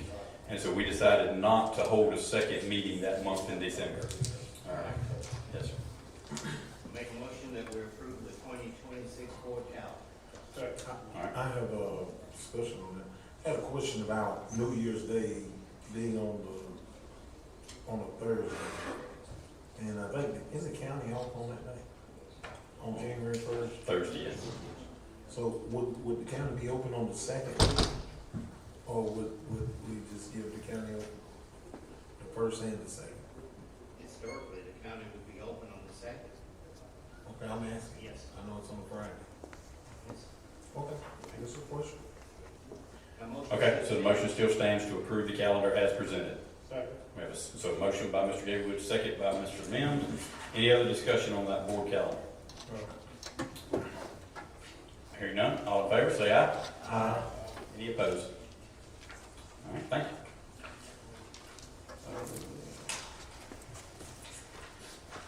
All right, with that concludes our administrative matters. So now we're going to move into our manager's report. I know there's nothing listed, so I don't know if you. I didn't list anything, because I figured I'd be doing it tomorrow, but since the house been pulled, that was the last 4 hours, I'll try to answer any questions the board may have, but I didn't have anything. All the blocks we had going are still ongoing. What is the status of our audit submission to the local government commission? I was not gonna steal your thunder, I was waiting. We just got word, like, the last 2 days, last week, that the LGC has promulgated their guidance for this year's audit, which is what we've been waiting on. So now they're saying, hurry up, we've been waiting on them, and now they're pushing. I think our auditors have everything in place, it's just a matter of doing the things that the LGC, the Government Commission, put out that we have to comply with. So once that's done, we're gonna bring it straight to you. And since we're almost Christmas, it's gonna probably be the first meeting in January. Thank you. Yes, sir. On that note, I got an email today at 3:37 from our clerk. The finance officer is requesting that we sign a 43-day extension. Is that right, Madam Clerk? Basically, just a 43-day extension that would, not that we're going to take all 43 days, but with the upcoming holiday, we want to have the flexibility to be able to submit it after the first of the year. And we're in the same boat, because there's 550 some odd villages, towns, and cities in North Carolina, plus 100 counties, and there's only a limited number of auditors that actually do public audits for us. So we're all fully in the same one. Okay. Any other questions for the manager at this time? Okay, hearing none. I as well do not have anything for the chairman's report. I figured it'd be time to get out of here by that time of the night. So I don't have anything, so we'll open the floor for commissioner concerns. Information, like I mentioned, the Association of County Commissioners, you probably all got this email, and I guess it's been a couple of weeks ago, the legislature is wanting to take a look at property taxes and how they can be assessed, and sets up several different things in there. So they've asked us to talk about it. House President, and first, of course, as well as our senators, just to make sure that they know where we stand. And they had said definitely what they want to do, but depending on how it goes, it could negatively impact us. Yes, I believe the North Carolina House assembled a 23-person panel to discuss property tax assessment going forward. So yes, it could have some implications. It obviously would have implications on the county level. Commissioner Woodward's here, we know where he stands with our North Carolina County Commissioners Association.